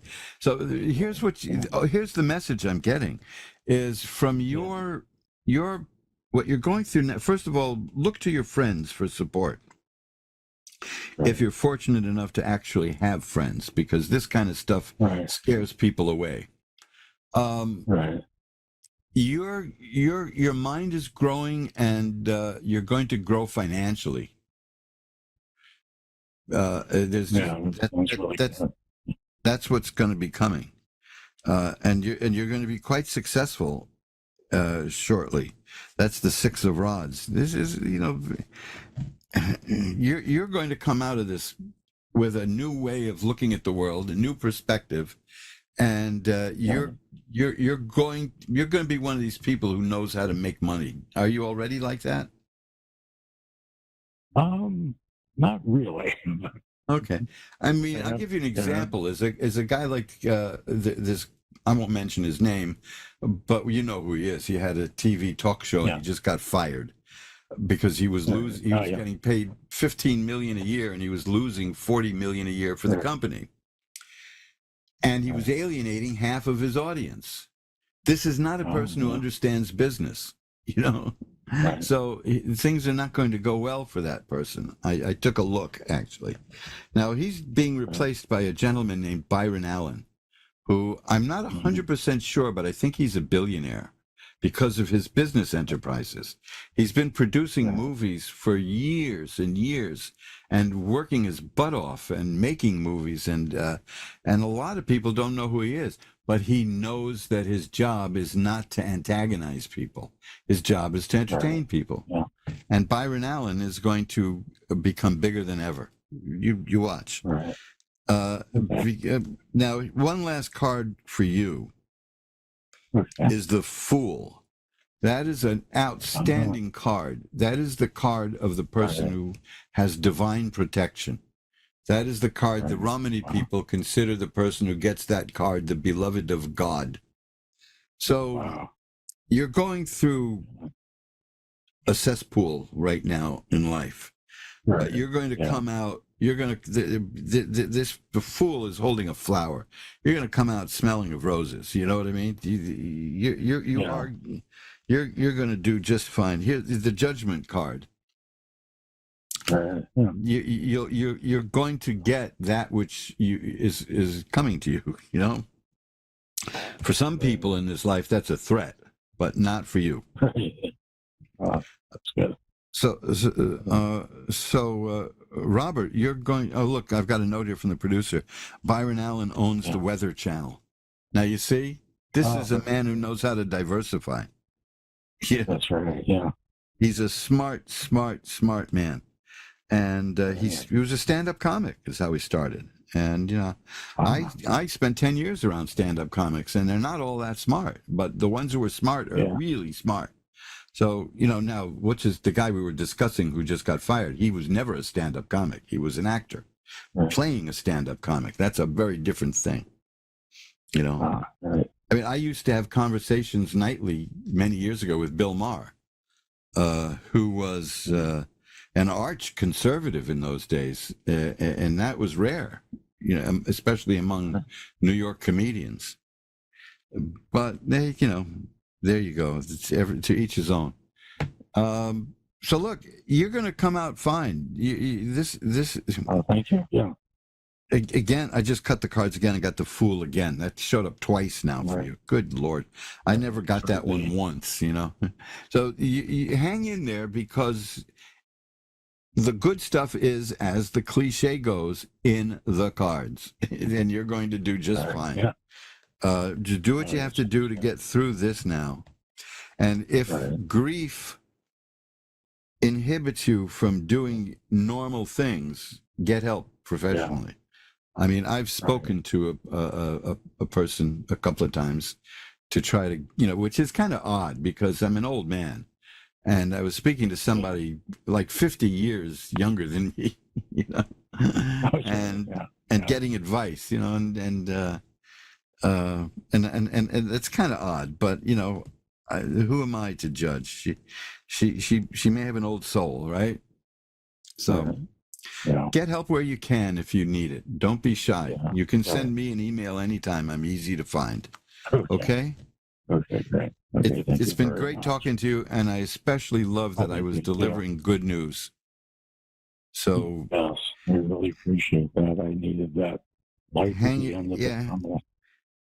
Well, Robert, I cut the cards one more time to get you one last card, and it's the card of justice.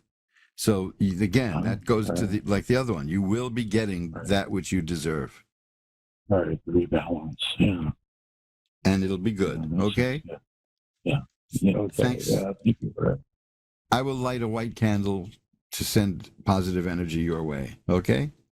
Oh, thank you so much. I appreciate that. Thank you so much for calling in. Bye-bye now. And, you know, the vicissitudes of life, ladies and gentlemen, that's what we deal with. That's what tarot is about. You're listening to Reverend Elliot's Magical Window on the Ask One Radio Network, which specializes in positive energy. That's why I'm here. So I've been here for like 14, 15 years now. And it's ingrained in me, and I love it. I would do this every day if I could. But, you know, we got to let other people do it once in a while, too. Let's go over to Minnesota for Genevieve. Hi, you're on with Reverend Elliot. Hi, Reverend Elliot. Hi, how are you tonight? I'm very well. How about yourself? Well, I'm getting over a pretty bad day. But I'm getting good vibes from everyone I talk to. So I really appreciate that. What can I look at for you tonight? Well, I guess I've been feeling a little stuck on my journey. I've been on a pretty intense spiritual awakening, healing journey for the last 5 years, and trying to build a spiritual business as a psychic empath and energy healer Okay, let me stop you. Let me stop you right there, because I just want to let you know that when you get this off the ground, and notice I did not say if, okay? When you get this off the ground, get in touch with me, and I'll give you a page at my website. Okay, that would be great. To promote your endeavor. How's that? That would be absolutely wonderful. So maybe that's a bit of an incentive. Keep that in mind. So anyway, continue, please. He's been doing it 5 years. You know, that sounds like a long time, but you know it isn't. You know, it's right. Time goes by so fast. It does, and just in the last year has been probably the most intense out of the 5. I left a relationship with a very loving person, but the relationship was sort of holding me back in reaching for my gifts and reaching, to be who I am. And I guess lately I've just been feeling a little stagnant and a little stuck in the the love category and my purpose, and sort of kind of as I continue to expand and grow within myself, kind of losing sight of direction a little bit. Well, let me tell you what the cards have here. While you were talking, I pulled out some cards. The first card I have is the Ace of Rods, which signifies a new business endeavor. Believe it or not, these cards are right on the money for you. So it's telling me that you will get the business going. The King of Rods here tells me that you'll master that. Now, the Ten of Swords is here. I had that earlier for someone. That is a card that is nasty looking, but it means that a lot of people think it signifies death, but it doesn't. It signifies that life has thrown some very difficult, bad things at you, but you've survived those, and you're going to get up, and you're going to be just fine. So, in a larger sense, it means the bad times are over. Okay, that means you're either coming to the end of bad times in your life, or you've come to the end of bad times. It's either right around the corner, or you're right in it. And the Star is here, which is hope and optimism. And the Emperor is here, which means that you will master what you're looking to do. So I don't see any negative here. I think that people don't understand that when you want to get into things like this, you have to pay a price. And you've paid the price, wouldn't you say? Absolutely. It's an upheaval in the life, because we're doing something out of the ordinary, although this kind of stuff that we do was very common once among a lot of people. Right. But it's you have to be brutally honest with yourself in order to do this for other people. And that can hurt. Yeah. But what I'm seeing here is that you will get this going. That's the Ace of Rods. That's exactly what you were talking about. One last card for you is the Sun. That's a great card, man. That is healing and health and growth and joy. You're about to get into all of that. You're about to get just what you need and what you have been working for. So hang in there and realize that the whole point of this is for not just your own good, but the good of humanity. This is why I was joking earlier about charging $85 for every call, because we are ultimately public service workers. Right. Yeah. Here's I'm really getting tired of these good cards for you here. This is the world. That's assured success. The next card is the Eight of Cups. That means you're getting from where you want to be, of where you are to where you want to be. That's the path you're on, and you're getting there. Gosh, these cards are reflecting exactly what you said. And the Four That's of Rods beautiful. is happiness and joy and a happy home. This is going look. Let's put it in the most crass terms. This is going to pay off very well for you because you're not That's doing wonderful. it for money. I mean, pay off in terms of serenity and in terms of joy and happiness. There's Absolutely. easier ways to make a buck. I've told this story before. I'll tell it again if you don't mind a digression. Please do. I once, here in New York City, I just took a walk along Central Park West at the gates of Central Park, and I stopped people and I asked them for money. And a lot of people gave me money. I just total strangers handed me money. And I went to a church and put it in the poor box. But then a little while later, I went to the same spot at the same time, and I walked in the same path, and I asked people if they would take a moment to listen to me. Not one person stopped. Nobody cared. So Wow. I became convinced that of all the things we need in life, money is probably the easiest one to get. I mean, they keep printing the stuff, they keep running it off. Banks keep lending it out to people. When I was a screenwriter, everything I did was financed by rich people, who wanted to buy their seat at the table of entertainment. That's one of the things that some people don't understand is that a lot of wealthy people, they'll spread that money around. Not in a charity way, although they do that. I'm talking about investing. And I met people so rich, it's mind-boggling. I met a guy in Connecticut who came into Manhattan for lunch every day by yacht. So that's a whole layer of rich that I can't deal with. I can't even comprehend it. So but you and I and others like us are looking for different kinds of riches, and you're going to find them. I have found it, and you will too.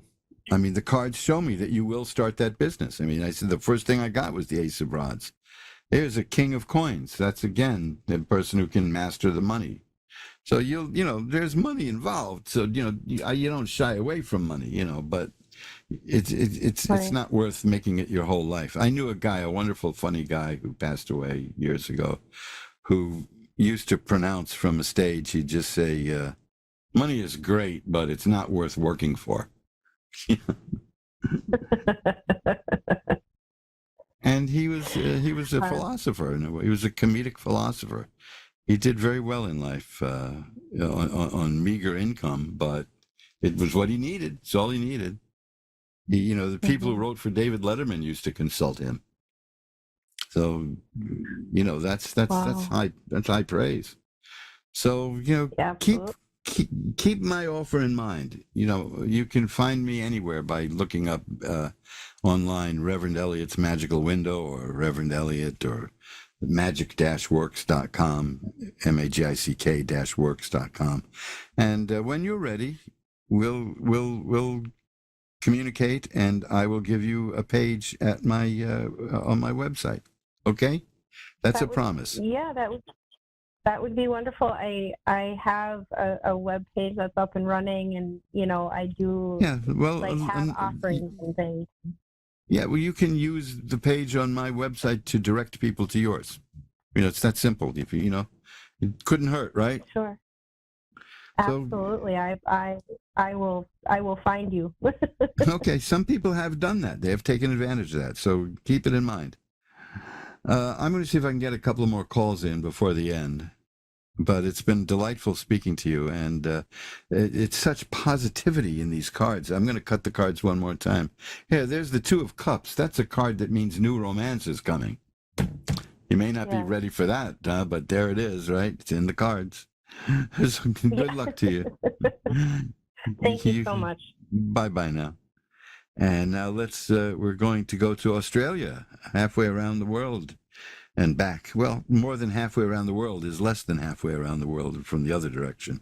It's Katia in Victoria. Hi, you're on with Reverend Elliot. Oh, hi. How are you?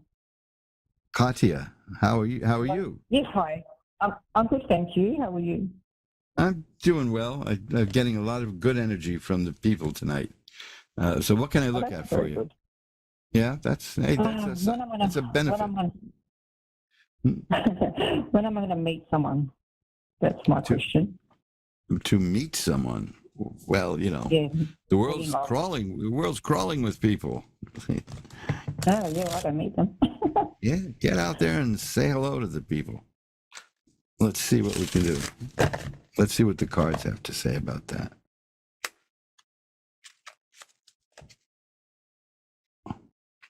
Well, this is a card that is the result of meeting somebody. It's the Four of Rods. That's a happy home, and it shows a couple and flowers. And so, yeah, Now, here's a card that this is the third time tonight I've gotten for somebody. That's the Ten of Swords. That means the bad times are over. And that's followed again, and I shuffled these. The World, which is a card meaning assured success. So you're going to be fine. It's coming. You are going to meet somebody. Now look at this. Oh gosh, this is beautiful. The Six of Cups is here. Cups are romance and affairs of the heart. And that means that you may run into somebody who you were involved with many years ago. Or I shouldn't say many because I don't know how old you are. I did that one time and I upset somebody. Somebody from way back in your past. He said, "How old do you think I am?" But this could be an early romance that could be rekindled, which that's what the Six of Cups is. Okay. There's a possibility, but you see, the next card is, again, it blows my mind when I keep getting this for people because I've never gotten it for myself. Is the Fool, which is the card of the person who is the beloved of the deity, the beloved of God.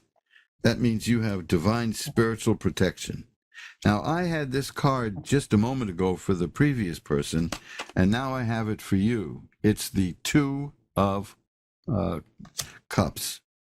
Two of Cups means, you ready for you sitting down? Two of Cups means, the Two of Cups means you're going to meet somebody new and there'll be a romance. Exactly what you asked. Now, according to this, did you recently have a bad relationship with somebody? Oh, years ago. Okay, because, I've been single for 6 years. Well, you see, because I got the Three of Swords here, and that's a sword pierced with a heart pierced with swords, and it's crying.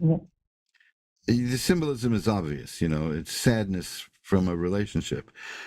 But it's telling me that even though it was some time ago, it still is resonating within you. You still feel the pain of that, correct? Yeah, that's true. Yeah, well, let me tell you about the next card, because this is just, sometimes these cards spell out a complete story, and it's shocking how they do that. Two of Cups means you're going to meet somebody. There's a lot of potential to that. Okay, yep. Three of Swords means you're still carrying pain from a previous relationship. Six of Swords means it shows a person propelling a little boat from rough waters to calm waters. That means that you are moving yourself from rough waters to calm waters. You're moving yourself from where you are now to where you want to be. And you're going to be successful at that. So I wouldn't be too concerned about the lingering pain. Because here I have the Wheel of Fortune, which means change is coming into your life. And the change, what is the nature of the change? The Ace of Cups. cups are romance, and the aces are the beginning. See, these cards are telling me that there is romance in your immediate future, which is followed by the Hierophant, which is the symbol of marriage. Now, you may not want to get married, but it's a possibility. Okay. Okay, well, this is what that card is. When people ask about romance and the Hierophant comes up, it means you're going to enter a relationship that's going to result in marriage. And the Temperance card is here. That means it'll be wonderfully balanced. It will bring great balance to your life. This is just a great story these cards are telling. And you are in for a wonderful, wonderful, wonderful ride. And it all begins with that Two of Cups, where you're going to meet somebody, okay? Now, all right, happy soon. Thank you. You can go to askoneradio.com at the archive and listen to this if it starts wearing off, because this is one of the most wonderful readings I've ever gotten for somebody, and the whole story is there. You're going to meet, you're going to erase the heartache, you're going to have progress. That's the boat. You're going to it's going to result in happiness and marriage. This and balance in your life. This is the whole 9 yards. So okay, good. You're going to do well. Okay. Thanks for calling. Thank you. Bye now. Thank you. Bye. And let's see if we can get one more call in before we go. Victoria, right here in New York, in Brooklyn. Hi, Victoria. You're on with Reverend Elliot. Hi, how are you? Well, I'm doing better than when I started. How are you doing? Well, I'm doing well. Well, let's see if we can make that a little better. What can I look at for you? I would say love and work, if that's possible. Of course it's possible. Anything is possible, and those are things that people look at all the time. So let's see which one shows up first, or if they both do. We have people who combine those, and they end up in jail, but, that's... what can I tell you? Yeah, that gets a little crazy, I'm sorry. I'm shuffling it up for you. I've got a good amount of time here. I had this card for somebody earlier, just before you. In terms of romance, it's the possibility of meeting somebody you were involved with early in your life. I'm not making it sound like you're an ancient person, but there may have been somebody you were involved. One of your first romances may come back. These are excellent cards I want you to know about here, because the Four of Rods, I have that too all day today. Happy home. The world, assured success. The Ten of Swords, the bad times are over. Here's a card I haven't gotten very often. I don't think I got it at all tonight, is the Eight of Rods. That means that this is coming to you now. It's on the way. The Ten of Cups is the happiest card in the deck, and that shows a happy family. And I'm not getting much here about work, but I'm sure as heck getting stuff about love and romance, and it's all of the best cards in the deck. Now, here's another one. This is the Four of Cups. That shows a hand coming out of a cloud, and you don't see it. The symbolism here is that there's somebody who's interested in you who hasn't made it known. So see if you can spot that in your circle of acquaintances and friends. Because this card keeps coming up. It's the sun. It's health and healing and growth and happiness. Right now, I'm not getting anything about work, but emotionally, romantic emotion stuff seems to be more important in your life, and it's going to come to a splendid conclusion. You're going. Here's the Ace of Coins, so that tells me that there's going to be a new income stream in your life. So if you're looking for a new job, you may be getting a job that pays better, or you may find something that pays better. So it's as soon as I tell you that the cards are not answering the question, it answers that question. These cards are sarcastic, But here's the Nine of Cups. You're going to be emotionally very happy and very satisfied. That's the Nine of Cups. There's a warning with that. To be envious. You'll be so happy. Now, warnings like that we can live with, wouldn't you say? You know, so I think you're, according to these cards, the Two of Cups. That's the one that's, you see, notice how often cups are coming up. That means you're going to meet somebody new. So you'll either be getting involved with somebody from years ago, or you'll meet somebody new, or both. Your plate will be quite full. I think that romantically, you're on the cusp of something new. That's what the Eight of Rods is saying. It's on it's on the way. It's right here almost. So this is going to be very good for you. So keep an eye out, because like I said, there's somebody out there who's interested in you. I just cut the cards and got that again. And here's the Ten of Cups. The cups again. That is the happiest card in the deck. Here's the Ace of Cups. That means the beginning of romance. I think you're going to be fine. Okay? If you want any follow-up, just send me an email at asktarot@earthlink.net. Or, you can find me on the web anywhere. You just look up Reverend Elliott's Magical Window. If you want to know how this progresses, I'll be happy to do some follow-up. Look, the Page of Cups. That's the actual physical appearance of a new romance. You're doomed. You're going to be doomed to happiness and a good relationship. Okay? Here, the Lovers. What more do you want, right? But if you as time progresses, and these things start to fade from the mind, which they do, just drop me an email, and I won't charge you.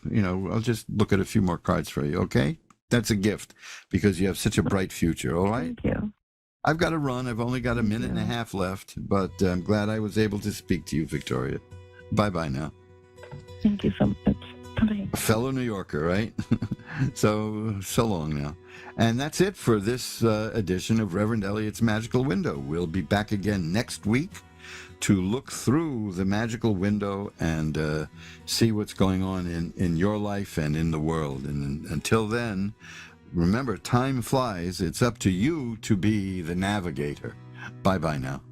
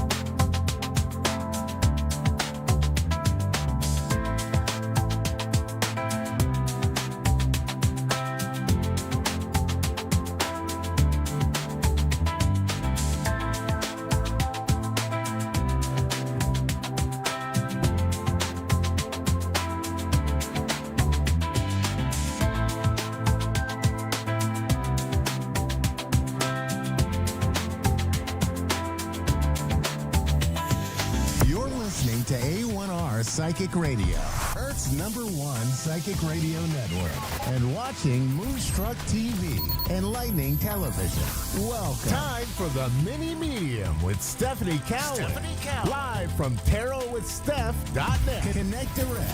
In North America, dial 888-454-2751. In London, 20-3519-2158. In Sydney, dial 02-8488-3147. Or online, contact us through our Facebook page, facebook.com/psychic radio. Or one of our websites, askoneradio.com or moonstruck.tv. This is the Mini Media on A1R, the Ask One Radio Network. Hi guys, welcome. Happy Wednesday. Happy Hump Day. This is your mini medium on the A1R Psychic Radio and the beautiful Moonstruck TV. I'm so excited to be back. I've been going through some just crazy transitions in my life, as I feel maybe a lot of people out there are right now. So I cannot wait to see what happens, through the readings tonight and just the beautiful energy. We're still kind of feeling that full moon energy that we just came out of, right? That blue moon. I don't know if you guys were feeling it, but it was a lot. But it was beautiful because it was really a completion of all the things. It was like everything coming full circle and then just being done, if that makes sense. So you should be feeling a release of all the stuff maybe you've been carrying over the last few years. And boy, I'll tell you, that's what I've been going through. So thank goodness. So just trying to process and transition into this new part of the year. So you're in the sign of the Gemini. Woo, woo. That is my sign. So my birthday's coming up here soon, and I am going to be 51. Yes, I know, hard to believe, right? You know what, though, it's funny because I think when my mom has passed, but when my mom was 51, about my age, I kept thinking, gosh, Mom, you're so old. And now I am, quote unquote, that old. So I think, well, I love you, Mom. I'm sorry I thought that you were old, but because I don't feel old. My body does someday. So, but we're in the sign of the Gemini, and this, of course, is one of my favorite signs, and it's just going to be incredible. So I think I've said this before. If you are a fire or if you are an air sign, this is our year. This is our year to be ready for that fire horse and take off like crazy. So I can't wait. I've got a few things that are coming my way. I'm going to share this really quick. So, and then, of course, we're going to do our affirmation and take some calls. But I have some amazing events coming up that I'm so excited to be a part of. If you live here in Utah, or you're near the southern part of Utah, I'm doing a huge birthday event on the 13th of this month in St. George, Utah. Tickets are on sale on my website at mini-medium.com. So that's mini, the little hyphen, mini-medium.com. Those tickets are on sale. There's a little code to save $5. So if you're out that way, I would love to meet you. Come see me. And then at the end of July into August, I'm going to be in New Orleans. And I cannot wait. I have never been there. I'm a little bit nervous about the energy, but I'm going to be doing readings there and doing a paranormal investigation. So that's going to be fun. And then as we get into the latter part of the year, November, I will be in New Jersey. So I'll be doing the New Jersey Para-Unity Expo. And then last but not least, I'm kind of backing up a little bit, July 24th through the 26th, I'll be at the Salt City Paracon, which is here in Utah. And we'll be doing this event at the Great Salt Air. So if you've ever been to the Salt Air here at the Great Salt Lake, it is creepy, spooky, and so much fun. That's kind of my other thing I love to do. So I want to get that shout out. And then last but not least, for real, tomorrow night at 7:30 p.m. Mountain Standard Time, I am going to be doing a live free reading event, and that will be streamed from Facebook, which is Mini Medium. Instagram, Mini Medium 75, or also on YouTube, which is Mini Medium 75. So get all this out there. I haven't been on for a minute. I wanted to share all that. So let's do this affirmation really quick. As you guys know, I love this this new affirmation, kind of these little box sets, if you will. And they're fun, they're kind of sassy, but they really have good meaning. So, and I loved this one. It says, I am my own lottery ticket. I invest in myself, take risks out of my comfort zone, and create the life of my dreams. I love that. I am my own lottery ticket. So I'll read the back really quick here. I thought this was kind of funny. It says, so many people view life as an external lottery, hoping for the chance at a big payout that will solve all their problems. Meanwhile, they blow their earnings on junk and substances to numb how unlucky they are. The real lottery is 100% internal. If you consistently invest in yourself and you take some risks out of your comfort zone, you will create that dream life. If you have a vision and you follow it, there is only one outcome. The persistent lion eats the lucky duck. How interesting is that? And I love this, and it fit and resonated with me so much, because if I wouldn't have come out of my comfort zone 6 years ago, when I left my job, well, 4 years ago when I left my job, my corporate job, I wouldn't be where I am today, and pursuing my purpose and sharing my gifts and having this wonderful podcast with A1R. So I love it. All right, guys. Well, let's get into the fun stuff too. We're going to do some readings, and I have on the phone Kelly from Oregon. Hi, Kelly. This is Mini Medium. How are you? Hi, I'm good. How are you? Oh, I'm doing so good, my friend. So good. How can I help you tonight? Good. I just today's been kind of a hard day. My mom's been gone since October, and I just miss her a lot. Absolutely, hun. Absolutely. I've lost my mom as well. She's been gone 13 years, and I'll tell you, it feels like yesterday. You know, just, even though it's been that long. So I can relate and understand, you know, that empty piece that we feel will never be, you know, filled back in again, right? Well, I would love to see if we can, is it your hope to maybe see if we can get a message from Mom? Yes. Okay, beautiful. Well, let me see what I can do. And then I'm going to let my producer, Dave, know. I talked a lot, so I'm just going to keep you as my caller tonight. Usually I take two, but I'm going to keep you with me, hun. Awesome. So tell me, I've been seeing the number 16 all day today. So for me, that would be like the 16th of a month, January 6th, 2016. Does that number resonate with you? I'm trying to think. It might, but I can't think of anything right now. Okay, that's okay, hon. I know sometimes this can be a lot and overwhelming, and so just keep that in mind. Sometimes these numbers, you know, they come up and they'll, you know, later on you'll go, oh my gosh, you know, the 16th, my birthday's on the 16th, you know. I've had that happen many times. So, all right, and let's see what I can get, if we can get some message from Mom. And the timing is still beautiful because the veil is still very thin right now between us and the spirit world. So you picked a great time to connect, my friend. It's beautiful. Yeah. Okay, let's see here. I'm gonna scribble for a minute. So what I'm doing is a little bit of automated writing. I pulled a couple cards for you. I like to use the cards more as kind of a visual validation, to really kind of give you that visual of what my gifts are giving me. And one thing I keep getting right away, the month of August, or the number 8 having a significant meaning. And there's also another connection with that, but I want to see if you resonate with that number in any way.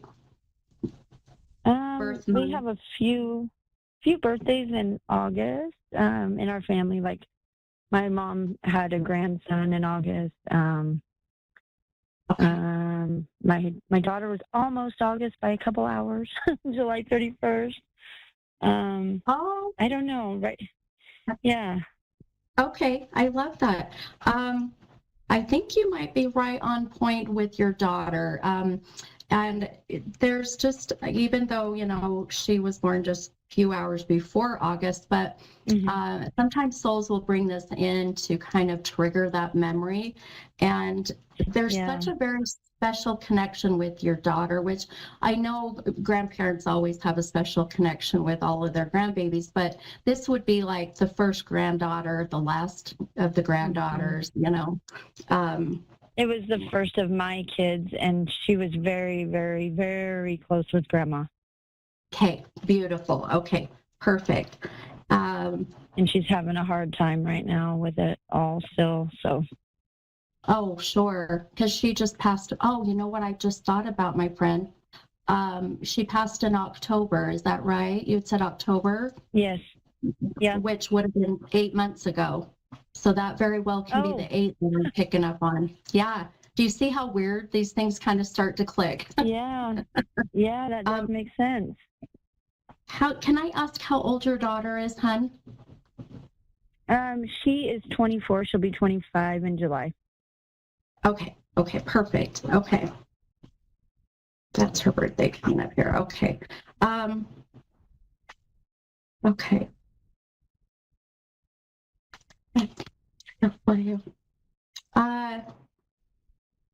One thing I just keep feeling, if this is Mom, I'm just trying to work on trying to see if I can't bring her in, validate, you know, her presence.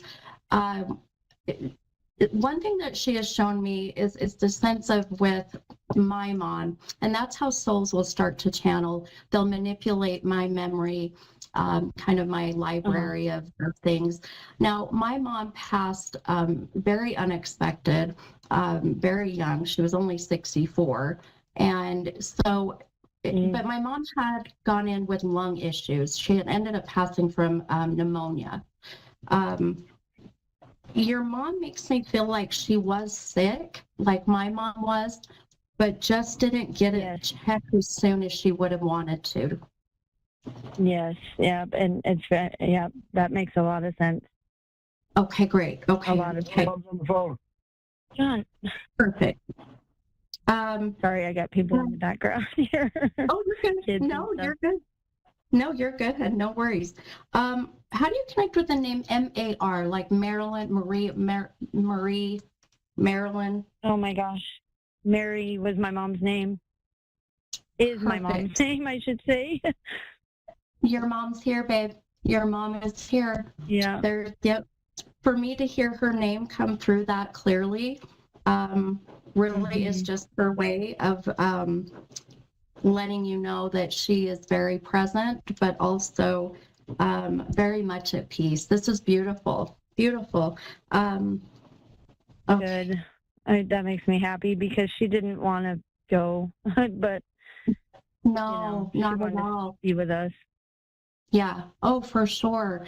And you know, one thing that she's really making me feel is that you know, even at her time of passing, she is showing me that she had others around her. Were you there at the time of her passing? I was. I didn't know that it was that bad, and my brother was there, and then my nephew was there, her grandson. And when I came, it seemed like she had waited. Yeah, absolutely. Because it wasn't very long after. Yeah. Yep. Absolutely, hun. Yeah, and that's when I'm really glad I made it. Me too. And that's one thing I feel she's just validating that you came in just in that right time where she finally was able to let go. And you know, and souls will do that. You know, souls will hold on to the physical body until the people that they want to be there are there.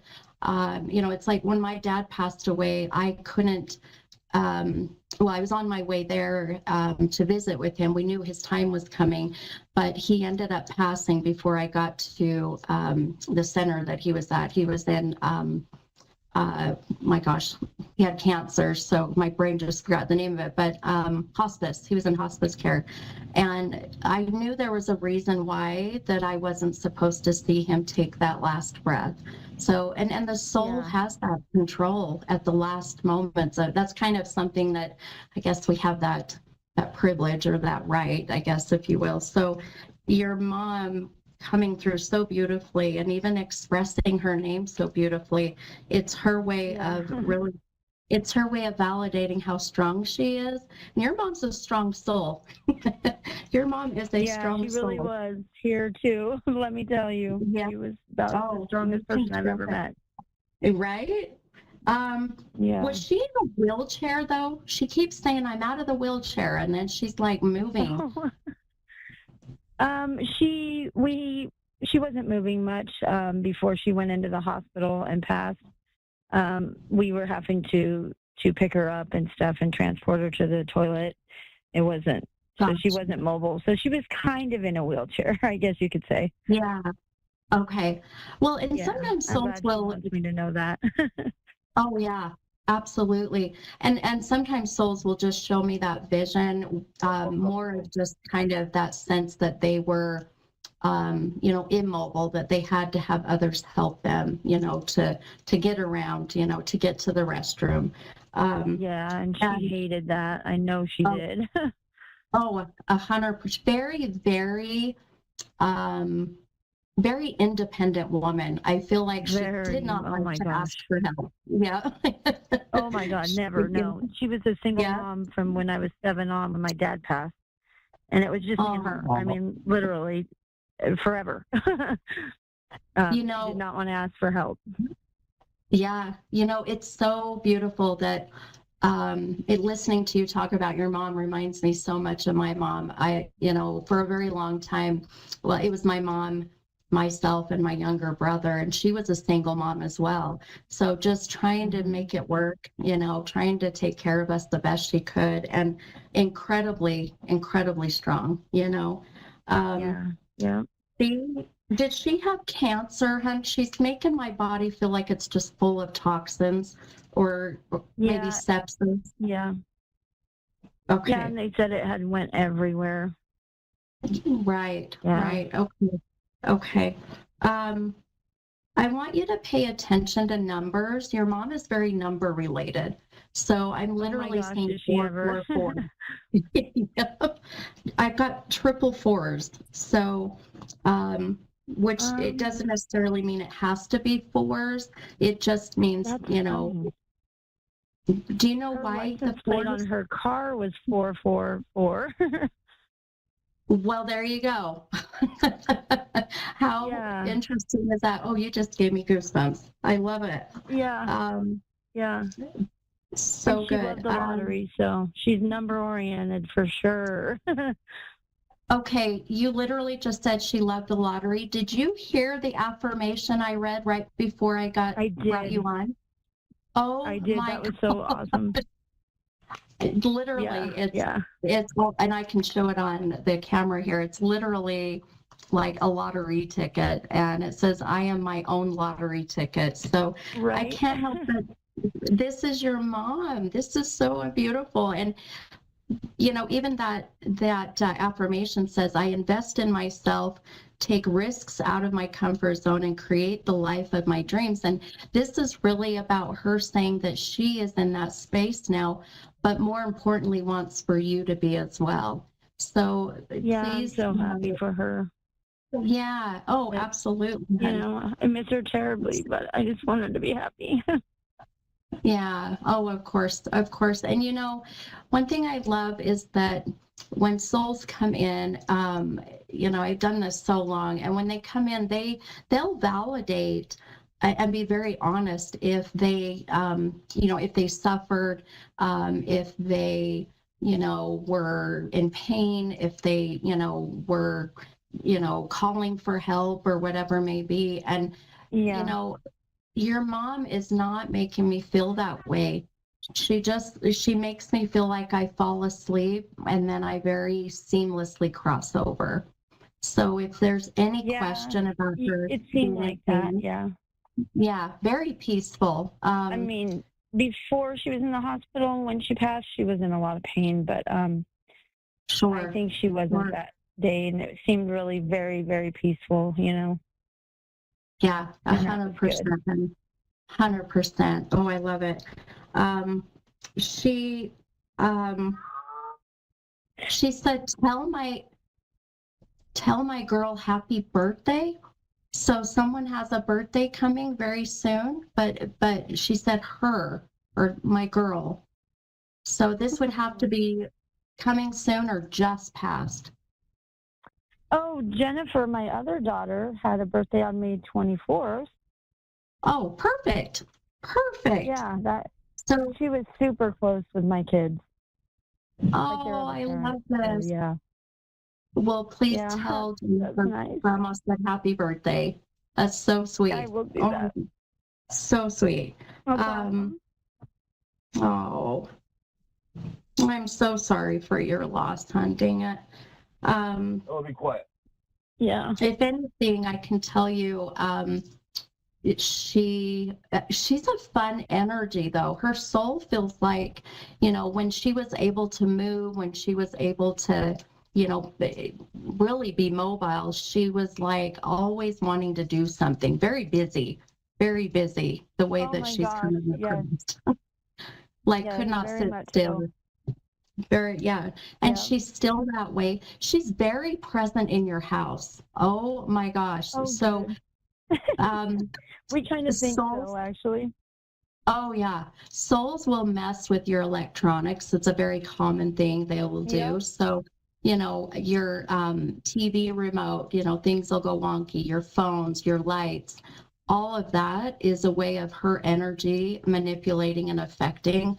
So watch for that too, if you haven't already, which I feel like she already has. Yeah. Oh yeah, we always say when the door creaks, because it never used to creak, that's Grandma. I think it might be. Oh yeah, there you go. I love it.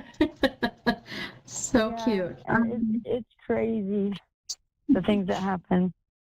Absolutely. She brought up another number. Well, like I said, she's very number, but the number 18, 18. Me and my husband have been together 18 years. Oh, beautiful. That could be, yeah. You hit it right on the head, hon. Is your hubby close by? Because they'll validate that, and they'll be validating him. Yes, he's right here. Yeah. Oh, yeah. There you go. Yeah. Yeah. He can hear it. I love it.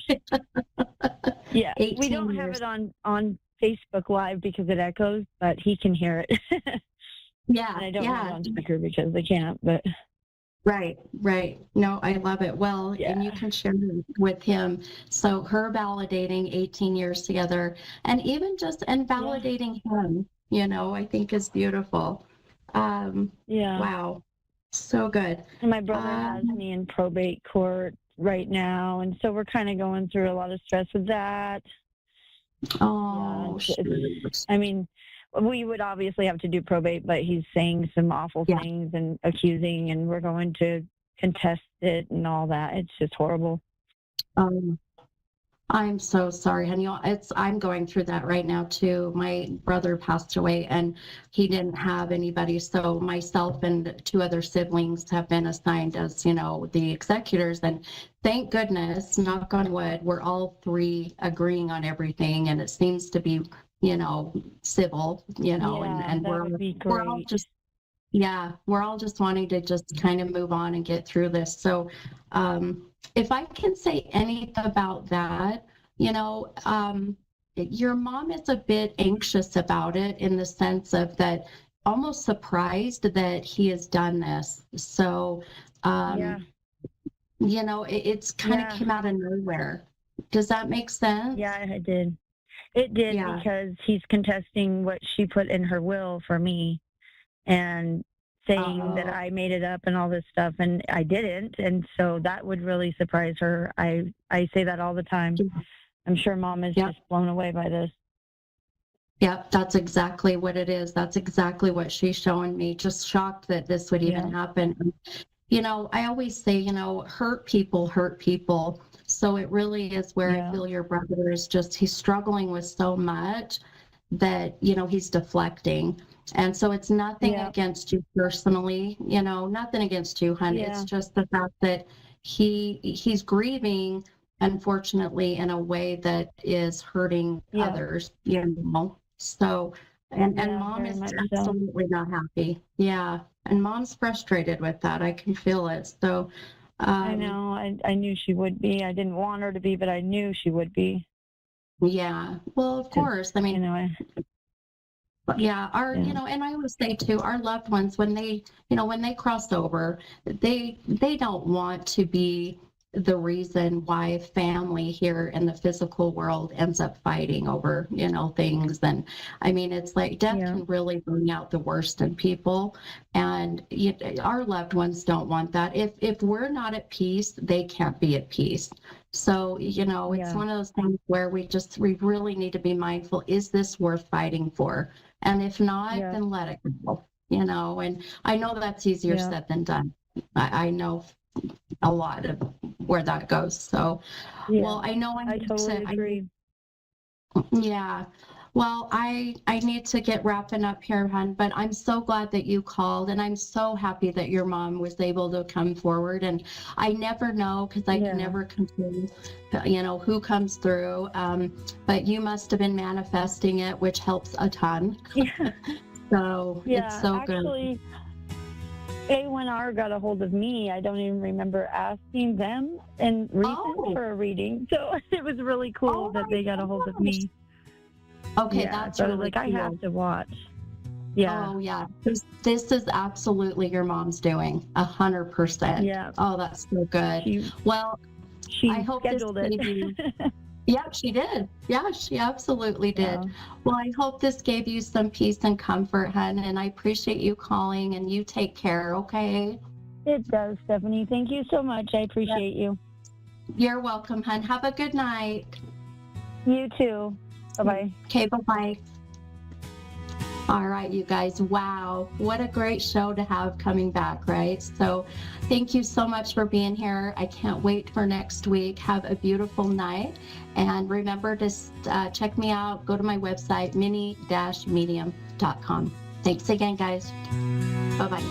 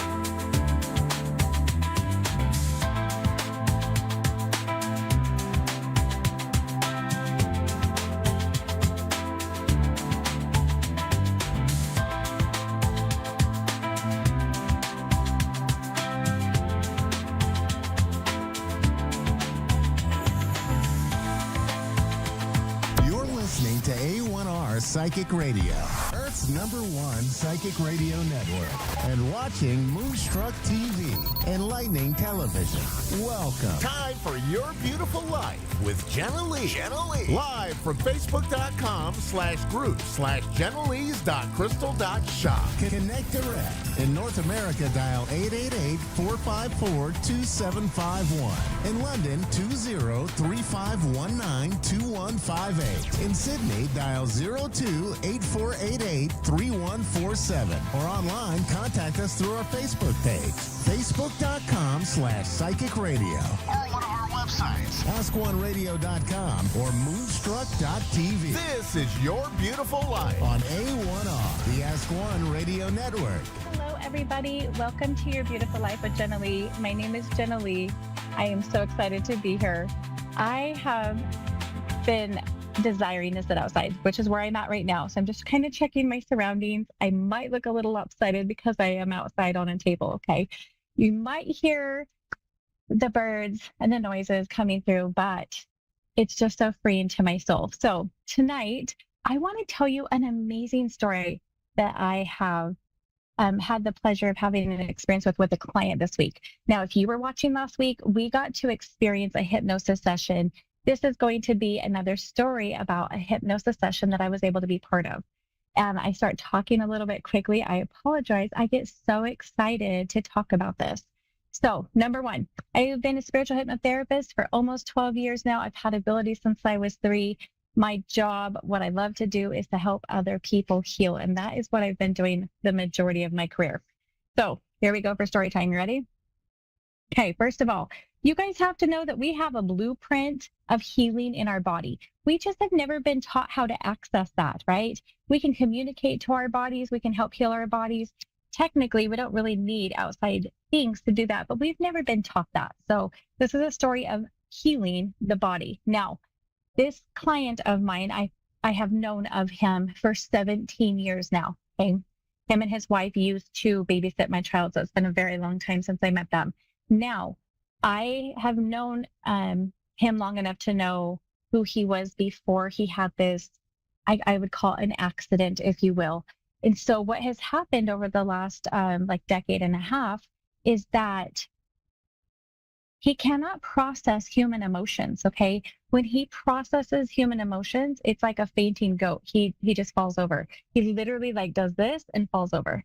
And if it's really bad, it looks just like a faint. So he's got narcolepsy now as well as cataplexy.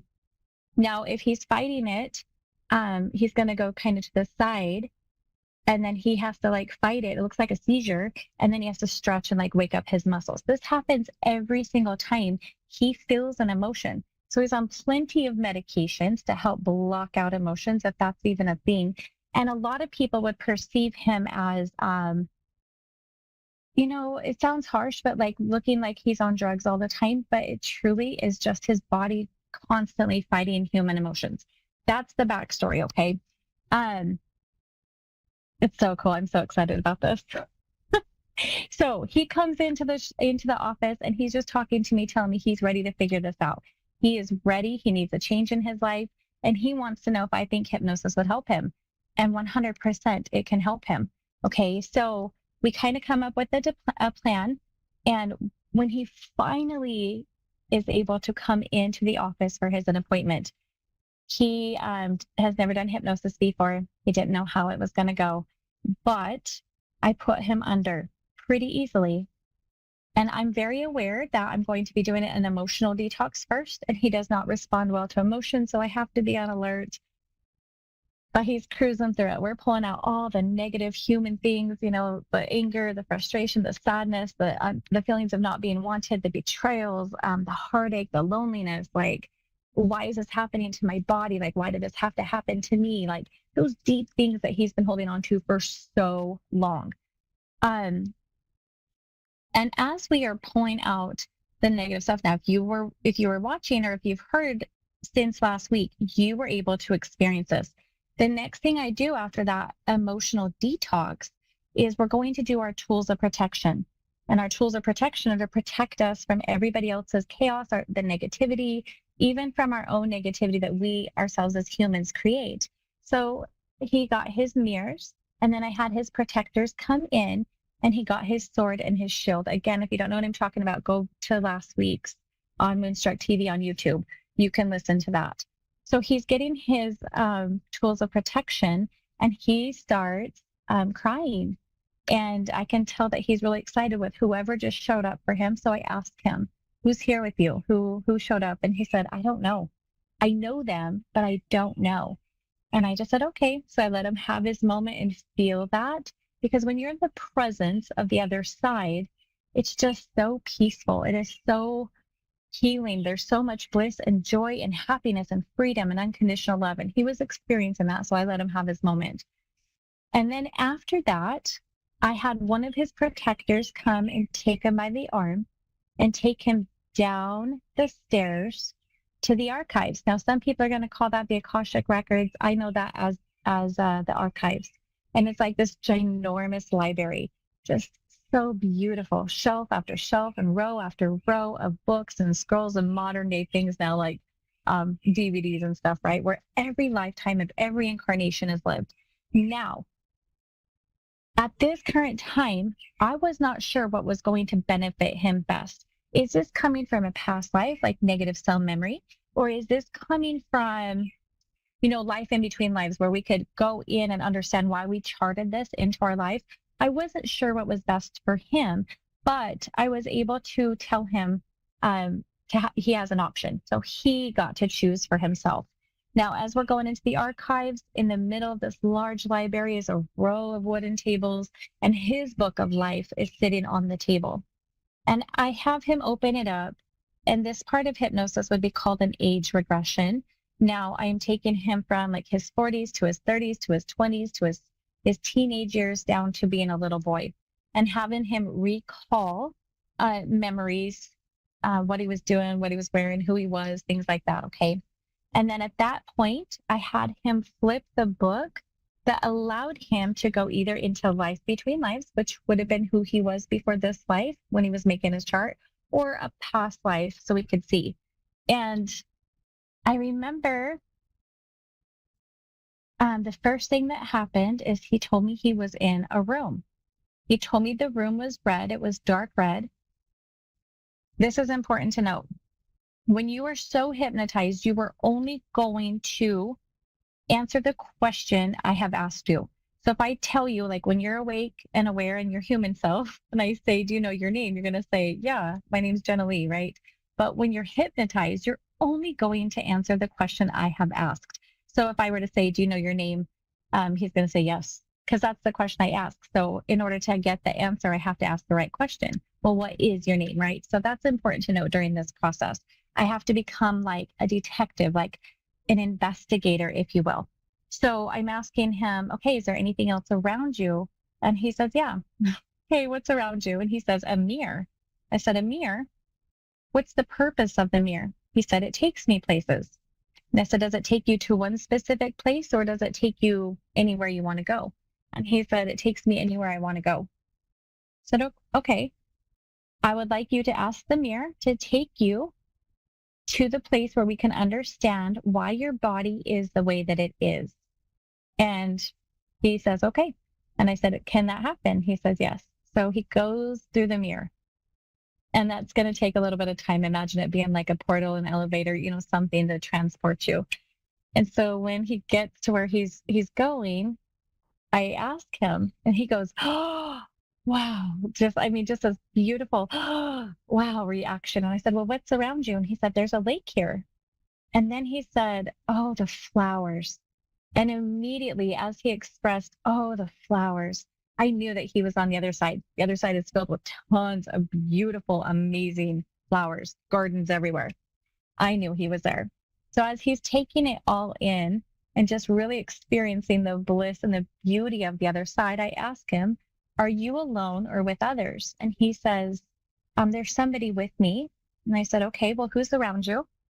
And he tells me that there's a woman there, and she's standing next to him. And I ask him to describe her hair, and her hair, he says, is like an iridescent white. It's like white and it's shiny at the same time. I said, okay, what kind of clothing is she wearing? And it's like a a white dress. And then he's like, oh, it's like a robe. And I'm like, yeah, it is. Now, I learned this technique of communicating to the other side, 12 years ago at my first hypnosis school. And what I do is I ask my client a question. They ask the person on the other side tells them, and they tell me, right? It's like translating, if you will. So we're hopping back and forth between that through this whole process. And I ask him to ask her if we can understand why his body is this way. And she says yes. Now, the other side answers questions just like people do in hypnosis. We're investigating. I have to ask the right question to get to the answer. So, is this possible? Yes. And then she tells him, but I'm not the one that can help you out with that. And I was like, okay, well, can you take us to somebody who can? She says yes. And I said, okay, well, can you do that now? And she says yes. So she starts taking him along this lake to somebody, and I'm not sure who this is going to be, but my client's reaction is incredible. And he just goes, oh, and he just starts crying. And I just remember seeing the tears fall out of his eyes. And I said, who are you with? Who's there for you? And he said, it's Christ. Now, he's just sobbing, but I'm asking him, how are you being greeted? And he said, it's just love. It's so much love. There's just so much love surrounding me. It's like he's taking me in his arms and he's just holding me. There's so much love. So I let him sit in that emotion and that feeling of the other side of being present with Jesus. Now, my client is religious, not spiritual. I did call on the part of him that was most closely connected to Christ to come through. So this was a really incredible experience. So as we are now communicating to Christ, I'm asking my client questions, right? So the translating thing is happening. Can we heal this disorder? Can we heal what's going on in the body? And immediately it's a yes. Great. Then I ask my client, do you want to heal from this? And he says, I don't know. And I'm thinking, you don't know? Well, we can't heal it if you don't know. You have to want to heal. And it's incredible what the subconscious mind tells us that the conscious mind doesn't, right? The conscious mind is like, yeah, I'm sick of this. I want to heal. But the subconscious mind is like, I don't know. Okay, so now we got to do a little bit more navigating. And we're talking, we're doing the translating thing. And I ask again, can we heal from this? And the answer is immediately, yes, we can. Okay, do you want to heal from this? And my client says, I don't know. So I remember asking a few more questions in there to kind of loop back around, but I cannot recall those at this current time. So again, I ask, and we're communicating to Jesus, can this be healed? Yes is the answer right away. Yes. I tell my client, do you want to heal from this? And he says, yeah, okay. Yeah, okay. But that was enough for me to get in, right?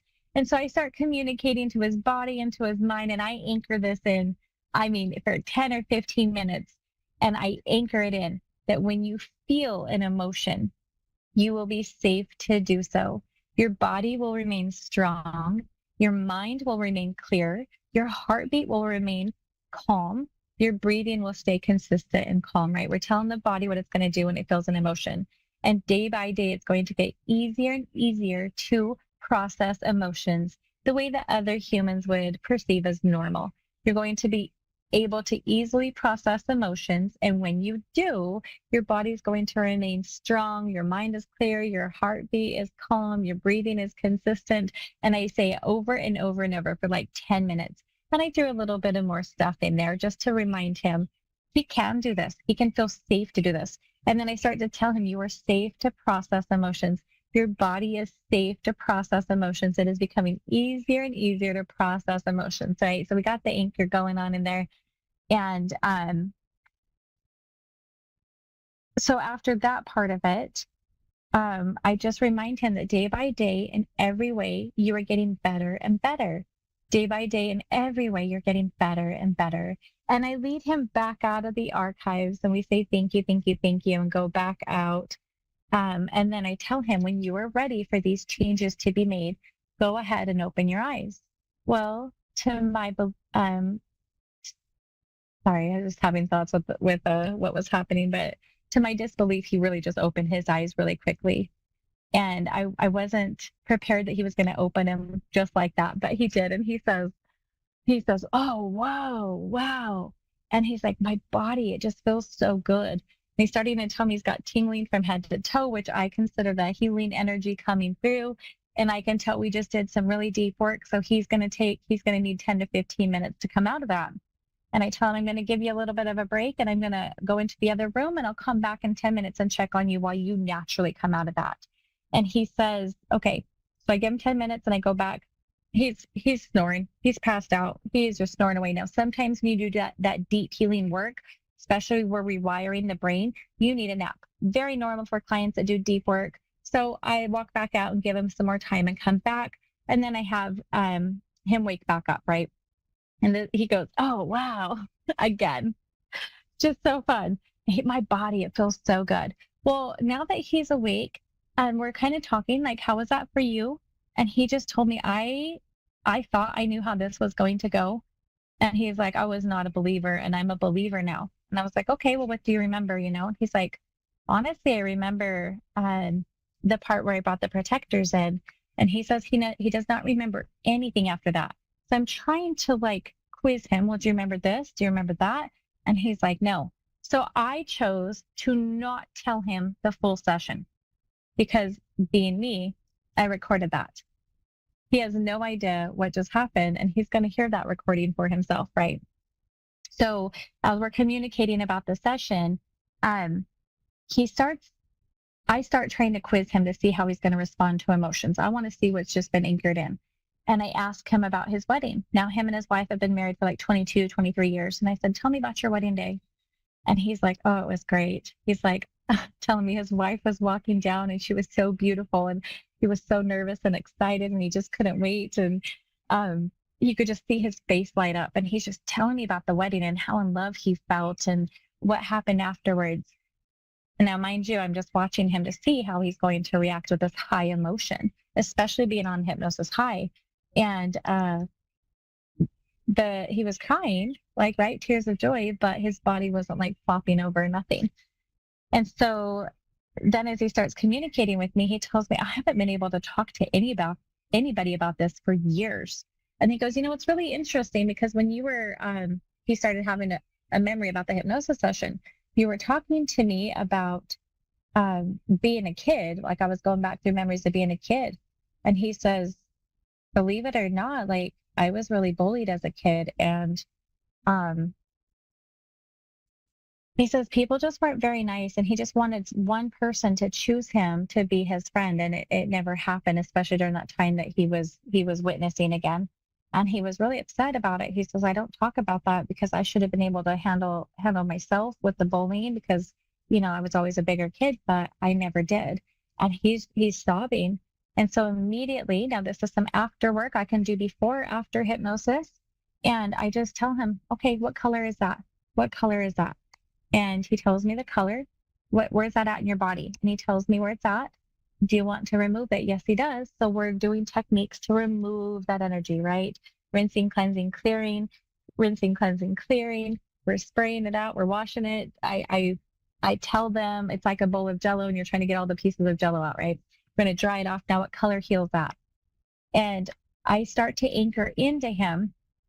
You know what? You have been chosen many times. You just got done telling me your wife wanted you. Your wife chose you, and your wife has consistently chosen you over and over and over again for 22 or 23 years. Your wife has chosen you your entire adulthood, right? What color is that? And we put that color back into his body.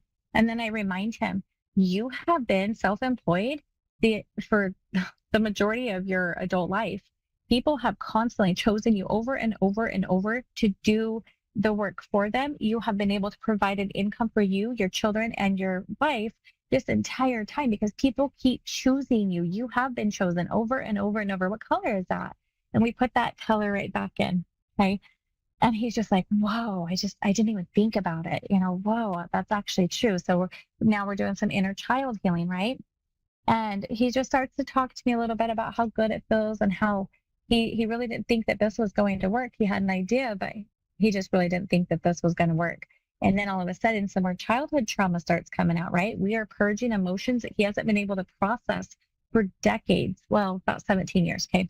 So he starts telling me a memory of his mother just yelling at him. And she is just telling him, shut up, just shut up, just shut up, just shut up. And as he's telling me this, his tongue goes paralyzed. He's all of a sudden like doing that, right? Like that looks horrible, sorry. But he is literally doing that and his tongue is paralyzed. And I'm like, oh man, what color is that? We have to unbind his tongue and pull that out now. And then his tongue starts to be able to move again.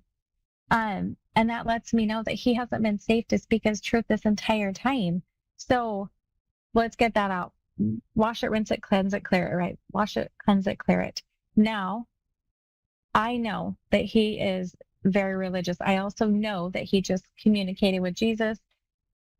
He doesn't remember, but I let him know Jesus went around everywhere and preached his truth. He didn't care who liked him. He didn't care who didn't like him. He didn't care who listened or who didn't listen. He just spoke his truth no matter what, like loud and proud, right? What color is that? And then I just let him know, and I put that back into his body, but I let him know you are safe to speak your truth. Think about Jesus speaking his truth wherever he went. What color is it? Put it back in. And any single time something came up that was negative, I would just pull it out, and then I would just anchor something back and put it back in, right? We're just going to fill up the whole body now with these beautiful colors and surround the whole body with light with that specific color. So we're breathing it in. We're breathing in that goodness, that being safe. And then I let him know the affirmation. It is safe to speak my truth. It is safe for me to process these emotions. My body is strong. It is safe for me to process these emotions and my body is strong. It is safe for me to process these emotions and my body is strong. So as we are communicating a little bit more after that affirmation, again, he goes into full detail about he really had this preconception that this was not going to work for him, that he was going to walk out of the office and say, I knew exactly how that was going to go. I knew that that's what was going to happen. And he's like, I am a firm believer. And he said, Generally, you have a gift. And I said, yes, I do. Thank you. And then the most interesting part is he came from a religion that gave him a blessing 17 years ago or so.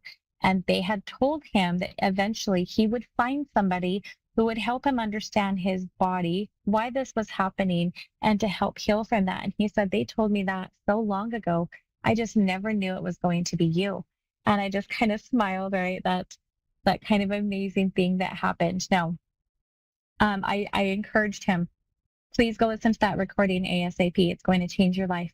Because again, he didn't remember talking to Jesus. And as soon as you listen to that, I want you to give me a call and tell me, what you felt and how it went for you. And you could tell he was excited and like curious. And I said, do not listen to it while you're driving. You're going to go right back under. So I waited. It took him about an hour and he called me and he was just crying. He's like, I cannot believe what just happened. And he said that he fell right back into hypnosis again. He's like, you're right. And I said, well, how do you feel when you heard all that? And he just said, I am just so in shock and so in awe. He said he received all these emotions and it was the same as he experienced in hypnosis, right? Just so exciting. And he just kept telling me thank you, right? But that it was so interesting to hear himself say, I don't know if I want to heal from this. I don't know. It's really interesting what our subconscious mind tells us that our conscious mind does not. Now, that was about 6:00 p.m. that night. The next morning at 7:30 in the morning, I got a text message from him. And the text message told me that this is so incredible, that there was 3 specific highly emotional situations that he had gone through, and he could feel like his muscles kind of wanted to pull him. But as he told himself that I'm safe to process this emotion, my body is strong, he said that it completely released and he went right back up. And then he said, normally, remember, he has to stretch and he has to like fire up his muscles again. He said he didn't have to do any stretching to reopen the muscles and get them going again. And he's been able to stay up the entire time. He's like, I had no idea this was possible. So I'm still checking in. It's only been a few days since that session. And what strikes me the most about this is we can heal our bodies no matter what we are going through. You can heal your body no matter what you've been told. There's always a technique. There's always the power of your mind. There's always another healer to teach you. There's teachers to teach you. So Dave, will you do me a favor and put my time left on the screen so I can see where I'm at to know what I can teach right now? 2.5. Okay, well, I won't be able to teach anything right now.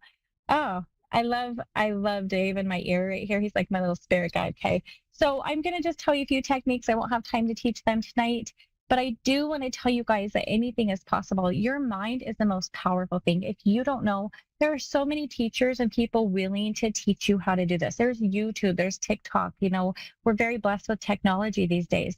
But my first go-tos of healing anything in my life, number one, obviously, is hypnosis. That's how I've changed my whole life. Number two, for my personal self, is EFT tapping. And, we're tapping on different acupressure points to tell us different things that we're wanting in our body. Now, please know that it doesn't just have to be physical healing. You can do this to finances, to money, because that's just a frequency. We can do it to our spiritual gifts. We can do it for other people as long as they're willing to receive as well, right? But the power of our minds and the blessing of our energy and of the other side, there's no limit. Energy is limitless. It knows no time, distance, or space. And if you can understand how powerful you truly are and the power of your spirit team, and the energy it knows no time, distance, or space, you can literally heal anything.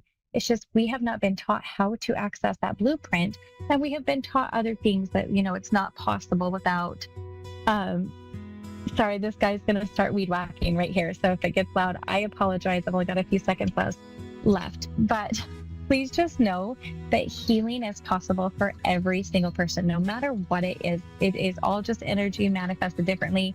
Please communicate to yourself, with yourself, and be high vibrational. Give yourself positive affirmations. Your mind is incredible, and so are you.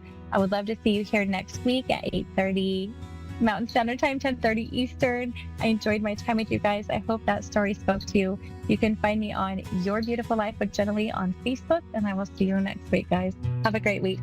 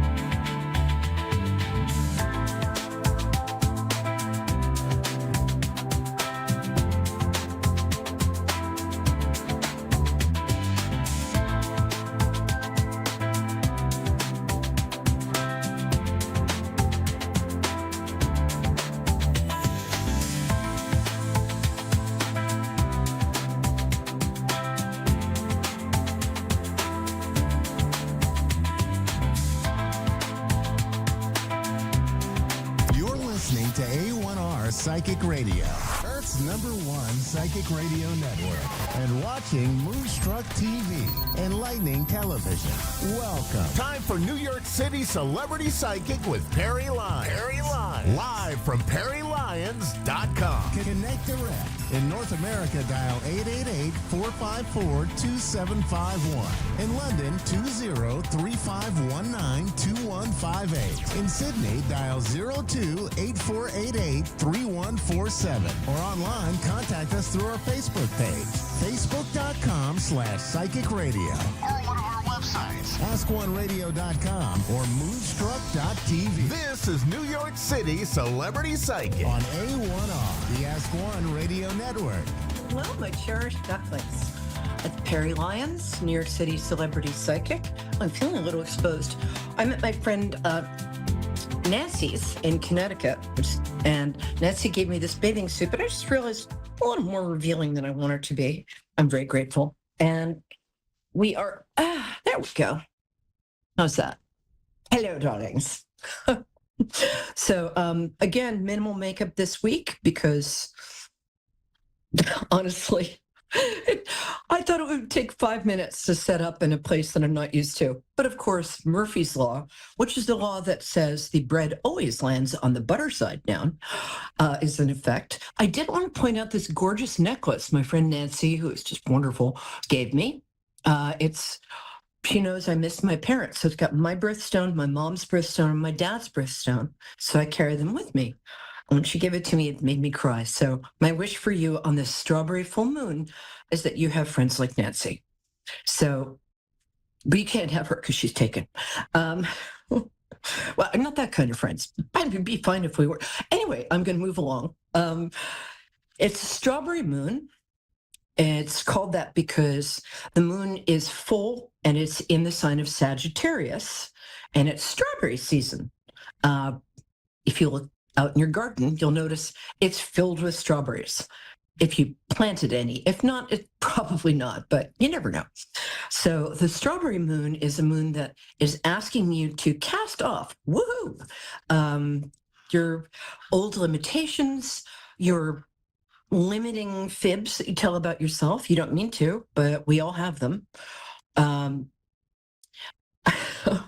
don't know about your limiting fibs. My limiting fibs tend to be things like, it doesn't have calories if I'm eating it either standing up and or on vacation.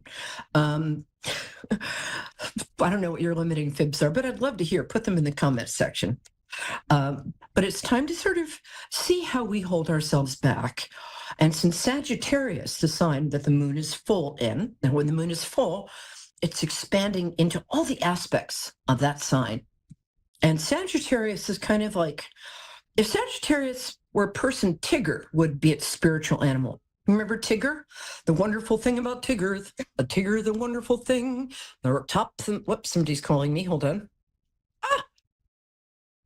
The tops are made out of rubber. Their bottoms are made out of springs. Tigger, bounce. So that's very much the Sagittarius thing. Hold on. There we go. Oh, better.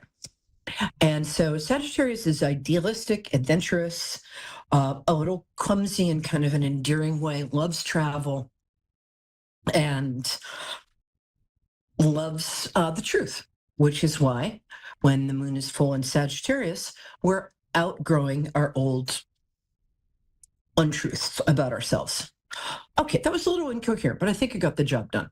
All right, I'm also going to do, Nancy once again also gave me, it was my birthday a couple months ago, but we haven't seen each other in person. So she handed me this bag of gorgeous gifts. And I'm so grateful. And I'm using her Art Nouveau tarot cards. So these cards are losing their virginity to you guys. So please be gentle. And when you talk about this afterwards, please be kind. Okay, sorry. That's actually a line from a play from the 1950s, but I'll explain that later. Okay, so as you know, the three cards that I'm going to pull are the cards for this week. And it's just talking about both our lives and the influences. And it's also talking about, how can I put this? It's also talking about sort of what we call the zeitgeist or world spirit. Well, we call it that if we're German. But the world spirit is kind of what's the spirit of the moment. spirit of the times.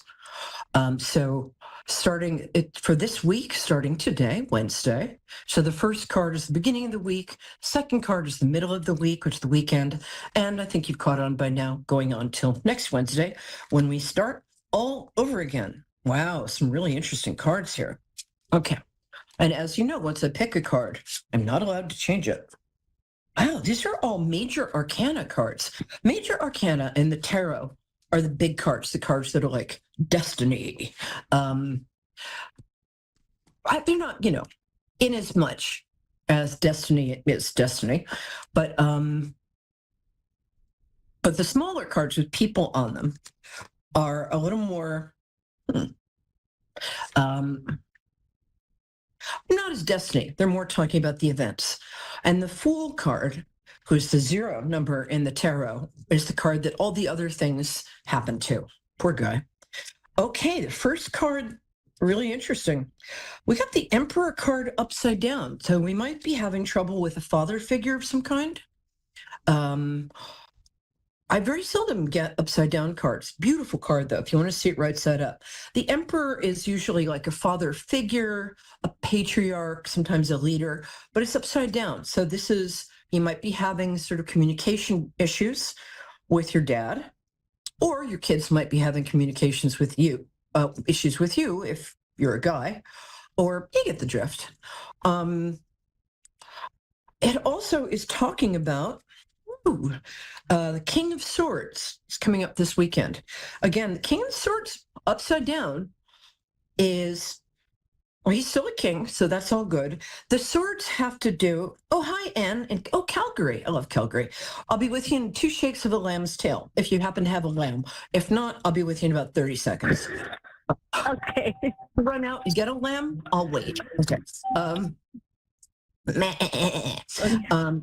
The King of Swords upside down, it's usually an air sign, so it's a Gemini, can you see this, or is it in focus?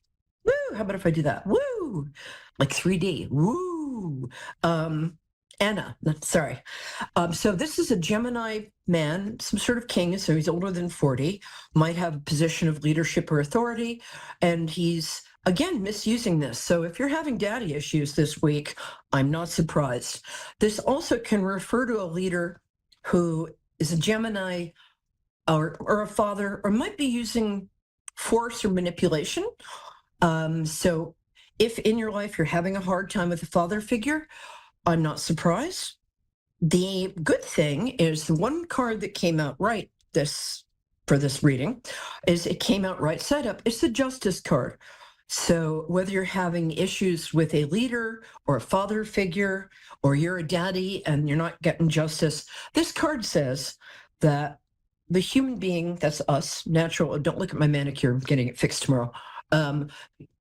Human beings' need for justice and fairness and fair play is somehow going to get satisfied. Something's going to happen with either your dad or your children if you're a dad.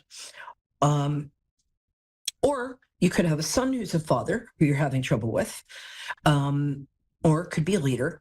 Okay, I'll shut up now. But this means that somehow justice and right is going to prevail. So there you go. That's this week. It's oddly kind of fixating on, I don't know, father figures, things like that. But I guess that's really kind of up in the zeitgeist right now. Okay, I am done. Anna. Hello, darling. How is Calgary? Good. How are you? Fine, thank you. Happy to hear your voice. So I like to connect people through their birthdays. When's your birthday? June 9th, 1989. Happy birthday. Thank you. And you're just a baby. I've got shoes older than you. Okay. Well, 1989, 1977, 1965. I'm trying to figure out what Chinese year you are. The snake. You are. And this is year of the snake, so good for you. And snakes are very much, speaking of truth, beauty, and justice, snakes are the traditional symbol for wisdom, for beauty and the perception of beauty, and for transformation. because they can take off their skins and get new ones when they want to change. I've tried that, but apparently there's no body scrub strong enough. Anyway, how can I help you? I don't know. I just wanted like a general reading. Okay. Just whatever comes up, whatever you feel. I don't know. Okay, cool. I'll leave it up to 1 you. second. Let me just see. Oh, you've lost 2 people who were close to you in the last 3 years. Is that correct? I'm sorry. That is definitely correct. I'm really sorry. They're important. I'm Thank not you. sure both of them are parents. It might be one is parent and one is a aunt, uncle. I'm not quite getting. Yeah, so one of them was an aunt, yeah. And yeah, that's crazy how you just said that. I'm sorry. It is my job, though. But thank you for being so receptive and being such a great person to work with. That means a lot to me. Yeah, no worries. Wow, your aunt is great. A lot of contradictions here. First of all, It's she actually loves not my you. aunt. It's my boyfriend who passed away's aunt. Oh, I'm so sorry. Well, she's still showing up for you, so I guess you and your boyfriend must be pretty tight. Yeah, we were. Yeah, you guys are gonna get married and all that stuff. You know, I almost never say that on this show. So, who's the other person you lost? Do you mind me asking? I don't mean to seem morbid. We don't have to talk about this. So the other person I lost was my boyfriend 2 years, a year and a half ago. Oh God, I'm so sorry. He's so present so with you. him I'm and sorry. his aunt both died. Oh my God, I'm so sorry. And it was sudden. It was an accident? Yeah. Road? Pardon me? Road? No. Well, good. No. I'm glad. You know, I get it. I'm not going to go into it, though. I'm so sorry. I usually get stuff like that, but he's so close to you and he's so present with you. I thought he was still here. No. Well, he's around you a lot. That's interesting because I think both of his parents are still living, but you're the person. Yeah, they are. Yeah, you're the person he's spending the most time with, and Yeah, he didn't. He wasn't. Where he's from. He hadn't been back home in like 17 years. That makes sense. I was going to say he's not very close to his parents, but I'm sorry about that. But they still miss him. But he's around you a lot. Was he about, let's say 5'10" to 6 feet? Kind of light brown hair? Yeah. Hair? Not dark hair, not light hair, but sort of medium? Yeah. Pretty eyes? Yeah. I can't tell if they're hazel or blue-green. They're not brown, though. They're like hazel, like bluish greenish, yeah. Bluish greenish. That's what I got first. I should always first impression. Do you have a name like Charles or something like that? What was his first name? No. That's okay. It was Jeff. Oh, wow. I love that name.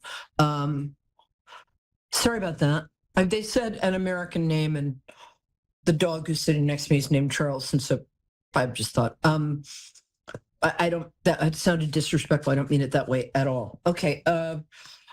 First of all, he loves you tremendously. Nothing's changed. He just wants you to know, though, if you want to move on, you have his blessing, and he's going to send somebody to you if that's something you want. You have a kid with him. No. Does he have a child? No, he doesn't. God, I'm sorry. I'm usually more on than this. Let me see what's happening here. Okay. Hold on. Oh, I feel like I might know what it is. What? I was pregnant not long ago, and I lost the baby. I'm so sorry. So is That's it like what it is. I'm showing so up sorry. in spirit with him? That's great. No, it's okay. But the child keeps growing up. But you are going to have another child. You're going to somebody else is going to come into your life. What I've noticed, what happens, and I've seen this with me and other people, is when a child doesn't come to full term, what's usually happening is that you're a pretty advanced soul, and you've offered yourself unconsciously for a soul to come down who's not quite ready to be here live and in person. So what you're doing is you're kind of giving them a chance to dip their toe in the pool, go back up, and then come back fully formed and healthy. It's a very high form of unconscious volunteer sacrifice. I mean, TMI, I've been through it myself, but what you did was a very high karmic thing. So I'm really sorry that happened. On the other hand, you are going to have, I think you're going to have 2 children. I know that seems like a surprise. You're like, when? But you are. You're going to meet somebody, not immediately, but Jeff is going to send you somebody, and he's going to make sure that this person has a lot of his virtues, but he had a couple of things that he thought of in himself as shortcomings. Oh, that's funny. He is hanging out with his aunt. He's also hanging out with his grandfather, who I think he looks a lot alike. I don't know how much you know about the family, but I'm not sure. But there's a grandfather figure he's hanging out with. Did he play cards? Did he play poker or anything like that? No. I don't know, maybe his grandfather's teaching him. I'm sorry, I'm pretty on the ball. I'm seeing Jeff very clearly. And he is hanging out with his aunt. His aunt, you guys were close. She was kind of like a mother to him. And so it was kind of like she was your mother-in-law, basically, right? Yeah. Yeah. Lovely person. Very interesting person. She was also a good cook or good baker. She's a good baker. She wants you to know that they're both. What? Yeah, she was. She wants you to know what? A very good baker. She wants you to know that they're both going to send you somebody. They want you to be happy. And of course, you can be happy without a man, but it's more fun. Let's see. I've got 6 minutes left. Let me just see. Dave, producer, should I keep going or take the next person? You can take the next person. Okay, I'm going to take number 2 in a minute. It was awesome. Hold on a second. Let me just finish up. She wants you to know that you will know this person when you see them. They're not going to show up immediately. Sometime, probably 6 to 8 months. Now that I've said that, it's going to be sooner. That's how that works. You'll know them when you see them. What if they're already here? They might be. Oh, now you've thrown me off. I think it might be a new person. But just keep your eyes open for somebody. If you immediately, sort of like in Ghost when she, but you're going to have 2 kids and everything's going to be fine. And I don't usually say that. And just thank you, baby. Thank you for calling. Thank you. All right. Take care. Hi, guys. Hi, Paula. How are you? Where are you calling from? I'm okay. Seattle. Oh, yeah. I've got a lot of relatives in Seattle. I'll stop by and have coffee with you when I'm there next. I was named after a Paula. My grandmother was named Paula. Died before I was born. And in Jewish tradition, you get named after the period. Anyway, so when is your birthday, my dear? July 24th. Oh, look at you, Miss Leo. I love Leos. Yeah. That's a very powerful birthday. I get my heart broken by somebody with that birthday, but not badly. I won't blame you. How can I help you, my angel? I'm not sure. Let's see what you can pick up for me. Both my parents have passed, and my mom more recently. I'm so sorry. And I'm kind of trying to make a decision about moving or not. Huh. Did your mom pass within the last year? Yes. 8 months ago? Yes. Right. Yeah. I'm sorry. That's the hardest. I lost my mom, and it's just, she's right on top of you. But you have a brother and a sister, right? Yes, I do. Yeah. She's with them too, but just between you and me, you're her favorite. I think she was very fair-minded, so you might not have known that. But one of the last things my dad said to me, I've got 3 brothers and a sister. He said, I do not have a favorite child, and you're it. And so, Yeah. but sometimes if you're somebody's favorite, you won't know till like much later on, because if they're fair-minded, they'll try not to show that. Okay, I've got 3 minutes. Here's what I think. I think you should stay put and not make any big decisions for another 6 to 8 months. Losing your mom is a world changer. I also think that if you stay put, the housing market is going to even out. Were you thinking about staying in Washington State, or you're thinking about moving more than 200 miles away? Yes, I'm moving to a Midwest is where I want to move with my sister to live next to my sister. I think that's a great idea. Okay, I'm going to amend that because I really like your sister. She's got a very sort of American name, like Linda or Karen or... Linda. Linda? Yes. Oh, her name's Linda. Okay, thank you. Well, that's a yes. Okay, in that case, I'm going to revise this. I would maybe not move immediately, but I'm going to say the 6 to 8 month thing is out because you need family. I've got 2 minutes, so I'm going to talk really fast, which comes easy for me because I'm a New Yorker. The thing about being with Linda is that you want to make sure you've got very good rules. You guys are very similar, but you're also very different. You're more fluid than she is, right? I think she's a little more rigid, right? So to make her comfortable, what you're going to want to do is like, if you move in with her for a little, just make sure before you go there, I'm waving my arms around so you know this is important, that you have everything in agreement, written down, that there's almost a schedule. She gets very uncomfortable with uncertainty. But aside from that, I think you guys really would love and support each other. She's got kids, right? Stepkids. Okay, you said that like, I don't know. I also have the brother I would give it 3 months. Yeah, you also have the brother and brothers. Yeah, those two. I also have those separate that I'm having issues with. So, well, I've got 30 seconds, so I might say, can you call back next week and we can get into that a little more? Because I certainly understand about sibling issues. I've got a great brother and a great sister, and the other 2 suck. So yeah. Sorry. All right, we got the sister that Linda's good though. I like her. Is she Capricorn? Yes. Okay. December. Yeah, she's Capricorn, end of December. Yeah. So if I'm getting her that clearly, that's a really good sign for you. That means that the spirits, or whoever they are, garage mechanics, I don't know who I'm talking to, are saying that's a good idea for you. So give it a couple months, maybe get a little therapy or talk to your pastor or rabbi or whatever. I want you to get centered because your mother's loss is very difficult.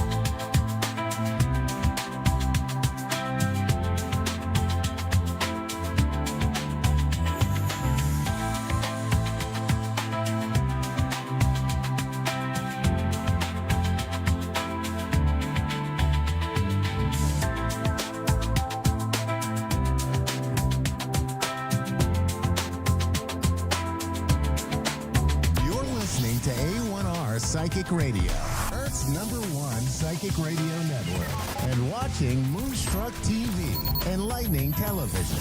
Welcome. Time for Amanda Hall Psychic with Amanda Hall. Live from AmandaHallPsychic.com.au. Connect direct. In North America, dial 888-454-2751. In London, 20-3519-2158. In Sydney, dial 02-8488-3147. Or online, contact us through our Facebook page, facebook.com/Psychic Radio. Or one of our websites, AskOneRadio.com or Moonstruck.tv. This is Amanda Hall Psych on A1R, the Ask One Radio Network. Welcome to A1R Psychic Radio here on Moonstruck TV with Amanda Hall Psychic all the way from the Gold Coast. Look, I hope you're having an absolutely fantastic week wherever you are in this planet of ours. There's always something going on. You know, in the war in the Middle East is still sort of cracking on, even though they claim that there's going to be a peace deal. And we can only hope and pray and cross our fingers and everything else that that's true, because it's time now for the world, I think, to come to peace. You know, it's time that we sort of collectively get together and say enough of this sort of nonsense, that we don't need wars. We don't need people running around beating their chest saying how wonderful they are. Let's live in a place of peace and harmony, and what a great world that would be then. Anyway, the Simply Tarot card of the week this week is the Seven of Pentacles. Now, it's a card of work frustrations. Now, not always when this card comes out does it mean that you're going to have a lot of arguments at work or not be particularly happy with what's going on at work.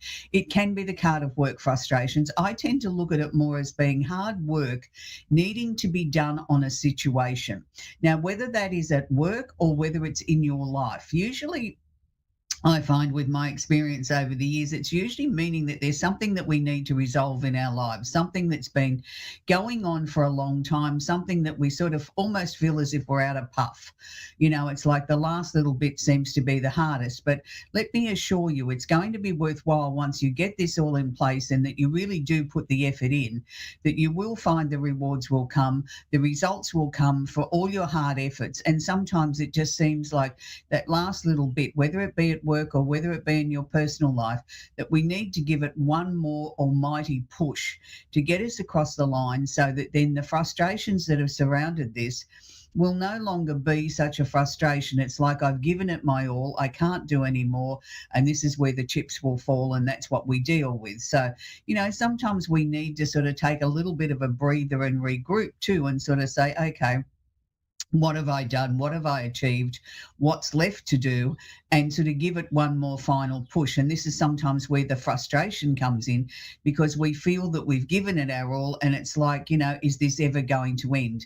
And I'm sure there's lots of people around the world that can relate to that, with something that's going on in their lives at the moment, that they sort of just want to see the back of it. They just want to see it sort of finally be put to bed, and they can move on with other more important projects. So if this relates to you, and I'm sure it'll relate to a lot of people, just know the end is in sight. It's like, let's give it one more final push, and then we'll start to see the end of the tunnel there. The light will start to flood in, and we'll start to see things that are going to become a lot easier to sort of deal with. So, you know, maybe the politicians in the world could take a leaf out of this book and sort of look at this card in a way and sort of say, okay, it's time for them to do a little bit more work. Wouldn't that be nice? Okay, astrologically this week we've got a big week. Happy birthday to all the Geminis. It is the Gemini time of the year. We're nearing the end of the Gemini time of the year, and in some ways that's sort of sad, because I find it as a time of the year we're halfway through, we get some resurgence of ideas, and sort of go back and look at what was on the list at the beginning of the year with our New Year's resolutions and the things that we were going to achieve or not achieve this year. And we get a chance to sort of look at it and cross things off, or readjust it, or say that's no longer necessary. It's time now to sort of look to bigger and better horizons. So happy birthday to all the Geminis. It's a really positive time of the year. It's a time of the year of fresh ideas, and the time to be a little bit like a butterfly, flick from one thing to another. You don't necessarily have to stay locked into one process. You can sort of have the versatility to change your mind and to look at things in a fresh set of eyes. you know, because new information's come to light. So that's why I like the Gemini energy so much. It's very versatile. It's time for change. It's time for things to sort of be broken up and moved along. So let's hope we can continue on with that vein for the rest of the week anyway. So we have Mercury, the planet of communication. Now, when I talk about the planet of communication, I'm talking about all forms of communication, not just what we verbally talk about. It's what we send in text messages, emails, chat rooms, anything that involves communication. So be aware of that. It's not just what comes out of your mouth. It's what we type and what we voice into our cell phones and things like that. It's any form of communication. So Mercury, the planet of communication, is conjunct or holding hands the moon. Now, let me assure you, the moon moves very fast. Every, 2.5 days, the moon changes signs. So this is a very fast moving transit I'm talking about. And the moon is conjunct what's known as the part of fortune. Now, the part of fortune is not a planet. It is where we call an Arabian part in a chart. It's where we look for things to be very fortunate for us or things that we would hope to bring in. It's a very positive sort of Arabian part. Now, this is sitting in Cancer. So, it's the really important time for Cancerians, I think, to really sort of knuckle down, sort out what it is that they want, really have those conversations, even if they are tough and even if they are about emotions and they're going to invoke emotions, positive or negative. It's the time to bring up these conversations because the moment is now. You've got another little bit of a window, 24, 36 hours maximum, that you've got to be able to talk about these things and get them out into the open and really put it on the line. And sometimes Cancerians find it really difficult to express what they're feeling. They can have it all worked out in their head and then they go to open their mouth and nothing happens. Now, this is an opportunity. You don't necessarily have to act on what you're being shown or guided to at the moment, but it's the time to have the conversations, make the plans, get things in motion, look at the potential, look at the possibilities of what could change in your life at the moment, because this is a very short window. Even if you can't act on it yet, then get it down on paper, get the ideas down so that they don't disappear. So we're talking about Cancer, Scorpio, Pisces, and the opposite sign of Capricorn. Now, still in the Cancer flavour, I'm going to talk about Jupiter, the planet of opportunity and expansion. Now, it's not conjunct or anything that with the previous three situations that I just spoke about. Jupiter is nearing the end of being in Cancer. Now, Jupiter's been here for 12 months. It's been bringing good fortune. It's been bringing new opportunities, but it's been bringing new ideas and asking you to think outside the comfort zone.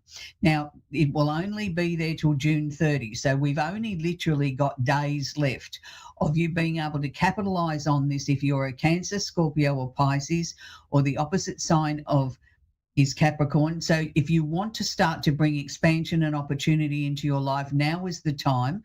You're running out of time. You've got days left to work with this amazing energy of Cancer, Jupiter in Cancer, before it moves into Leo, where it'll stay then for approximately 12 months. So it's really the time to sort of capitalize on things. I have lots of Cancerian clients and friends and things like that, and they all seem to be in a different state at the moment of some people are moving, some people are opening businesses, but everybody's sort of looking to expand their horizons or, bringing people back into the fold that haven't been in the outer for a while, things like that. It's just a real time of opportunity and expansion, so please don't waste it. As I said, June 30 is when Jupiter moves into Leo, so you want to get your skates on if you're a Cancer or one of the water signs. We also have Mars, the planet of action, is sitting in Taurus. Now, we don't often talk about Mars. Mars is that planet that gets you out of bed of a morning, that motivates you, good or bad, to reach for the coffee and start the day. But with it sitting in Taurus, it doesn't exactly feel comfortable here because Mars likes to be sort of a go-getter. Let's move, let's do it fast, let's do it, only know 2 speeds, fast and stop. Where the Taurian energy is a lot slower. It's a more decisive, let's look at the things that are important to us, including money and our principles in life. And Mars sort of says, yeah, we've done that, let's move on. And Taurus says, no, hang on a minute. We're going to go back and we're going to go over it again. We're going to look at your finances again. We're going to look at what are the things that are important to you. What What are the things that you're trying to achieve? And it's like Mars is trying to rush out the gate and Taurus is saying no. It's like you're on a piece of elastic, you're being pulled back. So it's really important, I think, for any of the earth signs, particularly, which is Taurus, Virgo, and Capricorn, and the opposite sign of Taurus is Scorpio.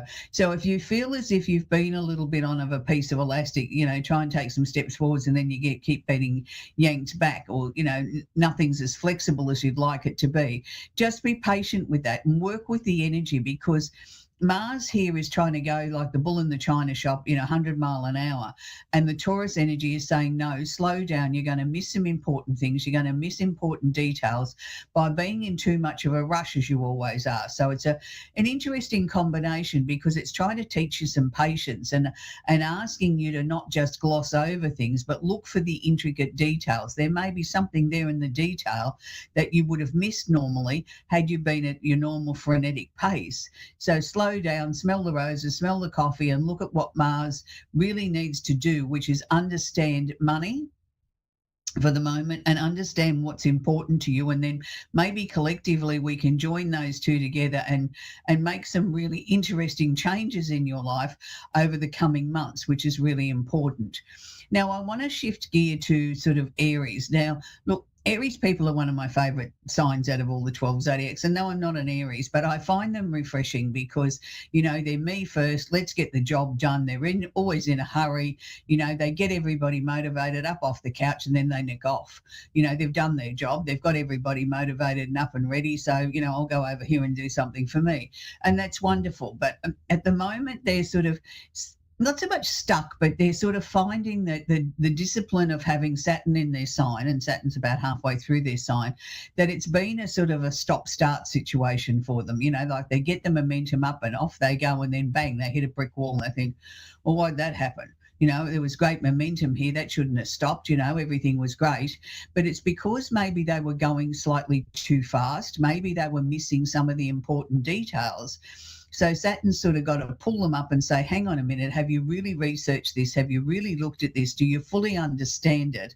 It's not necessarily trying to put the brakes on the situation, but just asking them to slow down a tad and understand fully what's going on. Yes, there may be things that need to be sorted out in their lives in many areas, from sort of finances to health, but it's asking you to do it in a very strong, grown-up sort of way. Don't go too fast, but you need to have the momentum to keep things going as well. Now, Saturn is sitting on its own, even though it's in Aries, but we also have Neptune, the planet of illusion and delusional creativity, as I prefer to look at Neptune, as bringing some creative areas into our lives. Now, Neptune is way behind Saturn, so he's not holding hands or anything like that. They're both doing their individual little dance. So, behind the structure and the discipline and the restrictions and the limitations that you've been feeling, Aries, and I'm not just talking about Aries, I'm talking about all the fire signs, which is Aries, Leo, Sagittarius, and the opposite sign of Libra. It is necessary that, we have to have these little bit of pullback moments every now and then to slow us down and sort of make us take a slower approach and make sure that we haven't missed anything. And then Neptune can come in behind with the creative, new, innovative sort of ideas, because Saturn's laid the structure, the foundation stone, put a good solid foundation underneath you now for Neptune to be able to build upon that and to bring in some creative ideas, which might take a little bit of time to warm up or to pad themselves out, but it's okay. It's good because it means that you've had a little bit of structure in your life and now you've got a little bit of time to bring in that creative side. So Chiron, the planet, it's not a planet, it's one of the Arabian parts too, known as the wounded healer, is nearing the end of its very lengthy time in Aries. So, there may have been some health issues and things like that you've had to reorganise or relook at, or sometimes just even admit that, hang on a minute, there's not enough hours in the day and I've got to prioritise my time in the best way that I can get the maximum out of my day as well as my body. As we get older, we find that we can't go at the same pace as we did in our 20s. And it's not necessarily because we're older. I think we're getting wiser and how we use our time and sort of saying, well, hang on a minute, if I cut that step out and that step out, I still get the same result, but I'm not as stressed at the end of the day. So it's looking at innovative new ways to achieve what you want to achieve in your day. So that's where we're going to leave the astrology for this week. We're going to talk with Sue in Leeds in New York. Are you there, Sue? I'm good. And yourself, ma'am? I'm very well, thank you, sweetie. How can I help you today? Do you have a question for me, Sue? Yeah, I'm looking for a new job. I just left my other one in Friday, so I'd like to know how soon that might come, and if it'll be something that I can afford to work at. Very well, thank you, Sue. Well, that's good. Well, congratulations on making that major turning point in your life, of having that ability to be able to jump in feet first and resign from a job without having one to go to. That's very brave this day and age. But, you must have felt that that was the right thing to do, Sue. It's interesting because what they're sort of showing me is there'll be a little bit of a breathing space here between the last job and the next one. I'm not talking about months. I'm only talking about weeks. And I'm going to say to you that it's a job that maybe 6 months ago you would have glanced over and said, oh, no, that's not for me, and wouldn't have even read past the headline.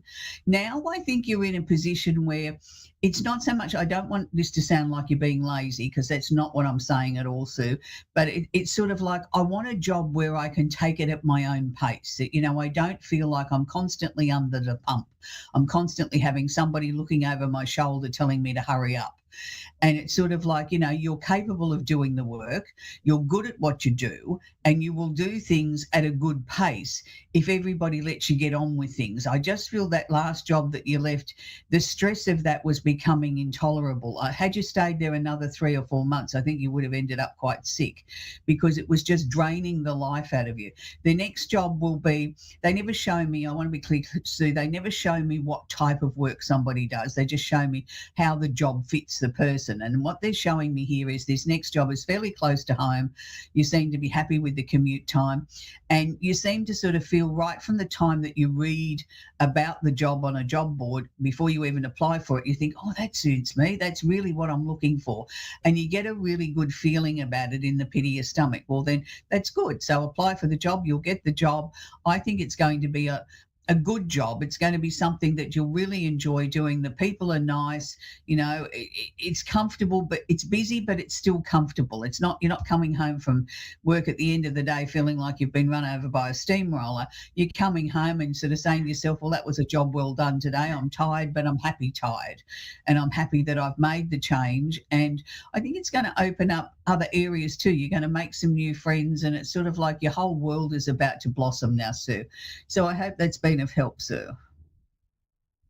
Yes, it has. Thank you very much. You've given me hope.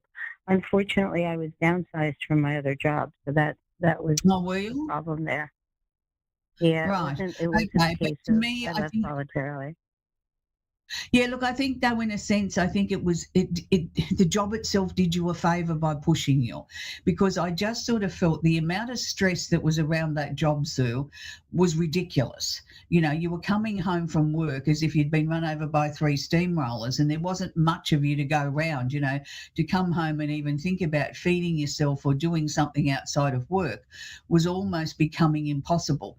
So, sometimes the universe works in ways that we don't quite understand and forces our hand, because we may not have the confidence or think it's the wrong time, or I shouldn't do this or whatever.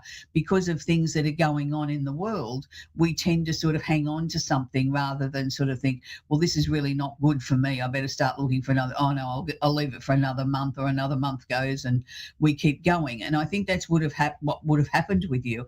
I think you would have ended up quite ill, Sue. And, that would have been much harder to come back from, getting over being sick, then probably losing your job, and then trying to recreate yourself after that. So in a sense, they did you a favour, even though it mightn't have felt like it at the time. It was a blessing in disguise, is how I want to see it for you, sweetie. So if you can look at it that way, it'll make it easier as you start looking for a job, because you'll go into it with more confidence, knowing that this is right. Okay. Thank you very much for your time tonight. I will take your words to heart. Bye-bye now. You're very welcome, Sue. Have a great night, sweetie. We're going to talk with Alita now in St. Paul in Minnesota in the US. Are you there, Alita? Yes, I am. It's a lovely name, sweetie. How can I help you tonight? Do you have a question for me? Yeah, I have a question for you. I am concerned about my friend. She just got out of a relationship with her kid's father 2 years ago, and now she's jumping into something with a guy that's like way younger than her. Like he's like a couple of years older than her oldest son. He has a really bad record, and she's hanging out with him, going on dates, and we're all just concerned for her. But she's a little naive, and the more you tell her no, the more she wants to be stubborn and prove people wrong. So I just want to know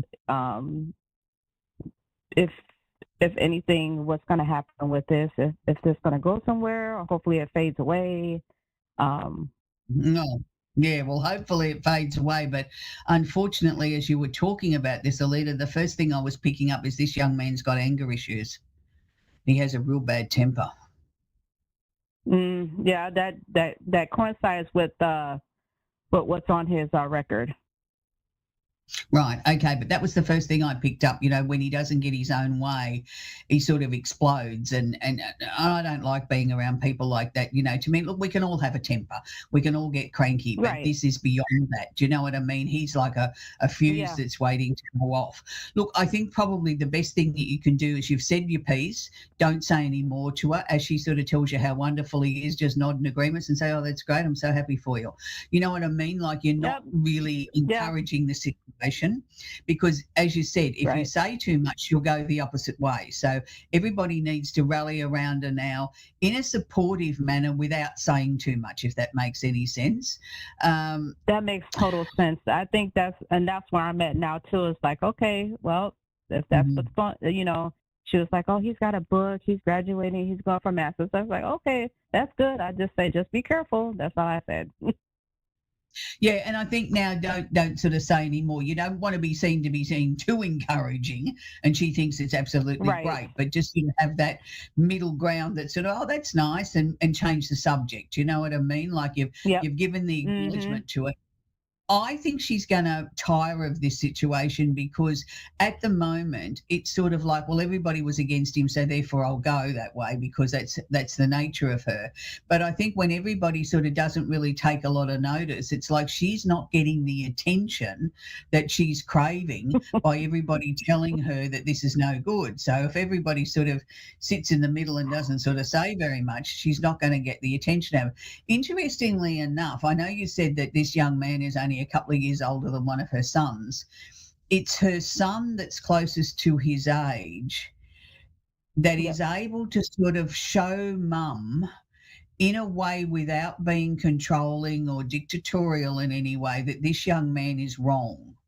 You know, that he's going to try and befriend the young fellow, her son.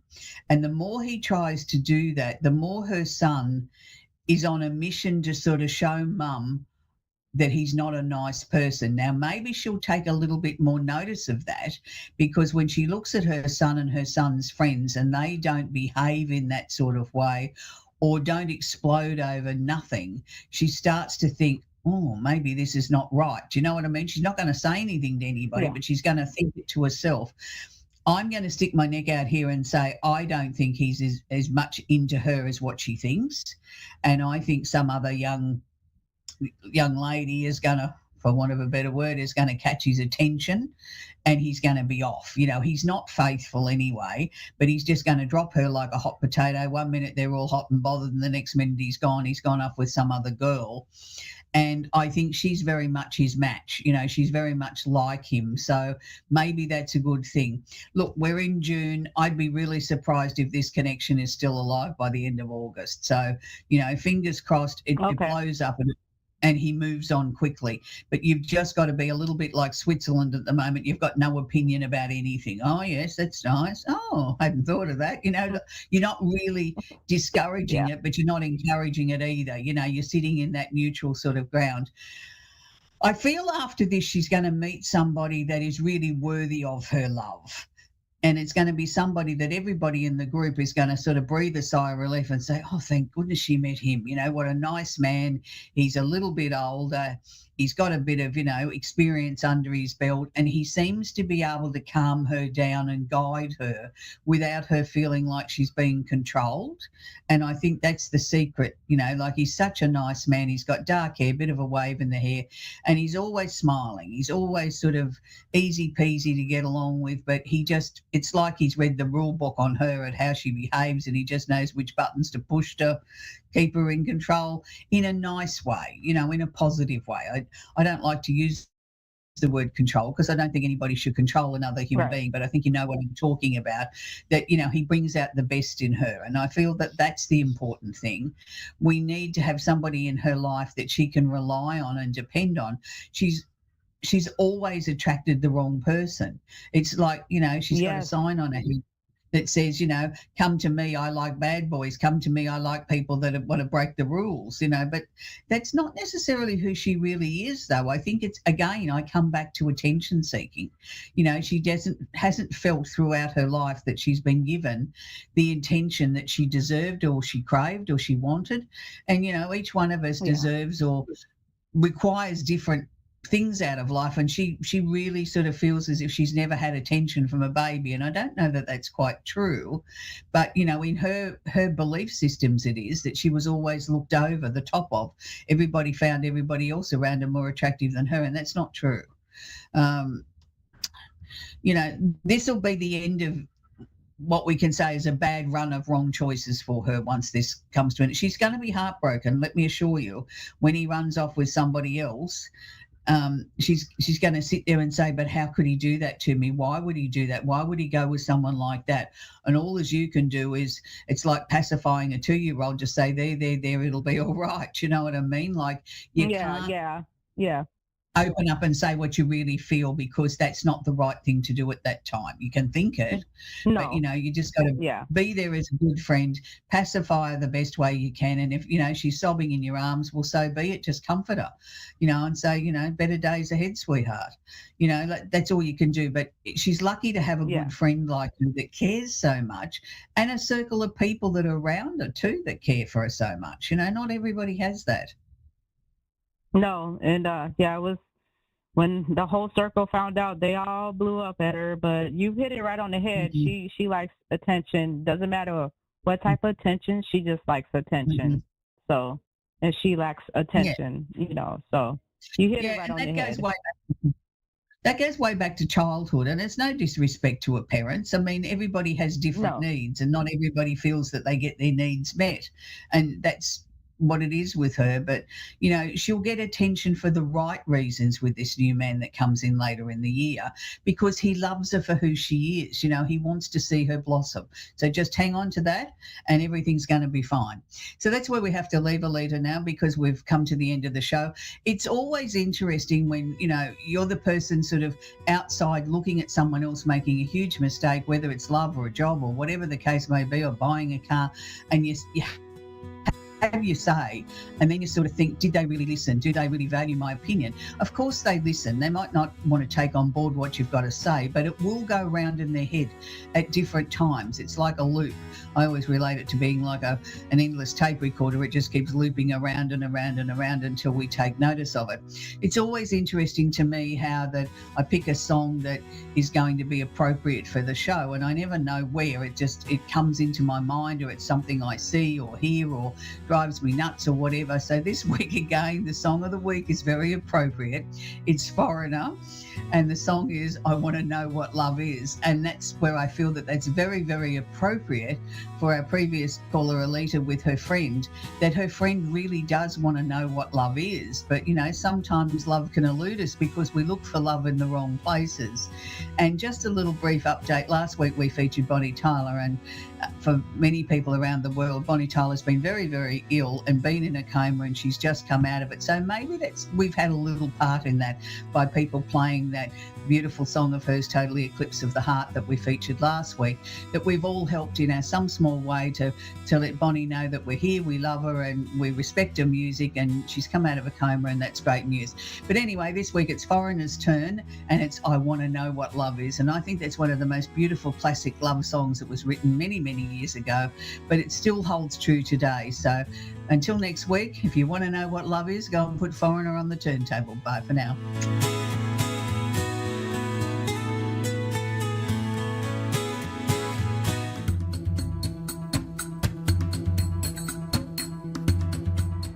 Wherever you are in this amazing planet of ours, you're having a great week. It's been sort of a week of lots of ups and downs around the world, lots of different weather events and a lot of stuff going on politically, and it's almost like you want to close the door and just sit back and relax with a cup of your favourite beverage and just let the world go by. And I can understand that. Sometimes things seem sort of very overwhelming. We'd just like to get off that merry-go-round for 5 minutes, but, sometimes that's not possible either. So the Simply Tarot card of the week this week is an unusual card when it comes to teaching, because people sort of tend to sort of think that, when we look at the pages and the knights and the kings and the queens, oh, look, they're all very confusing. I don't know what to do with them. Now, the pages, in my opinion, and it is my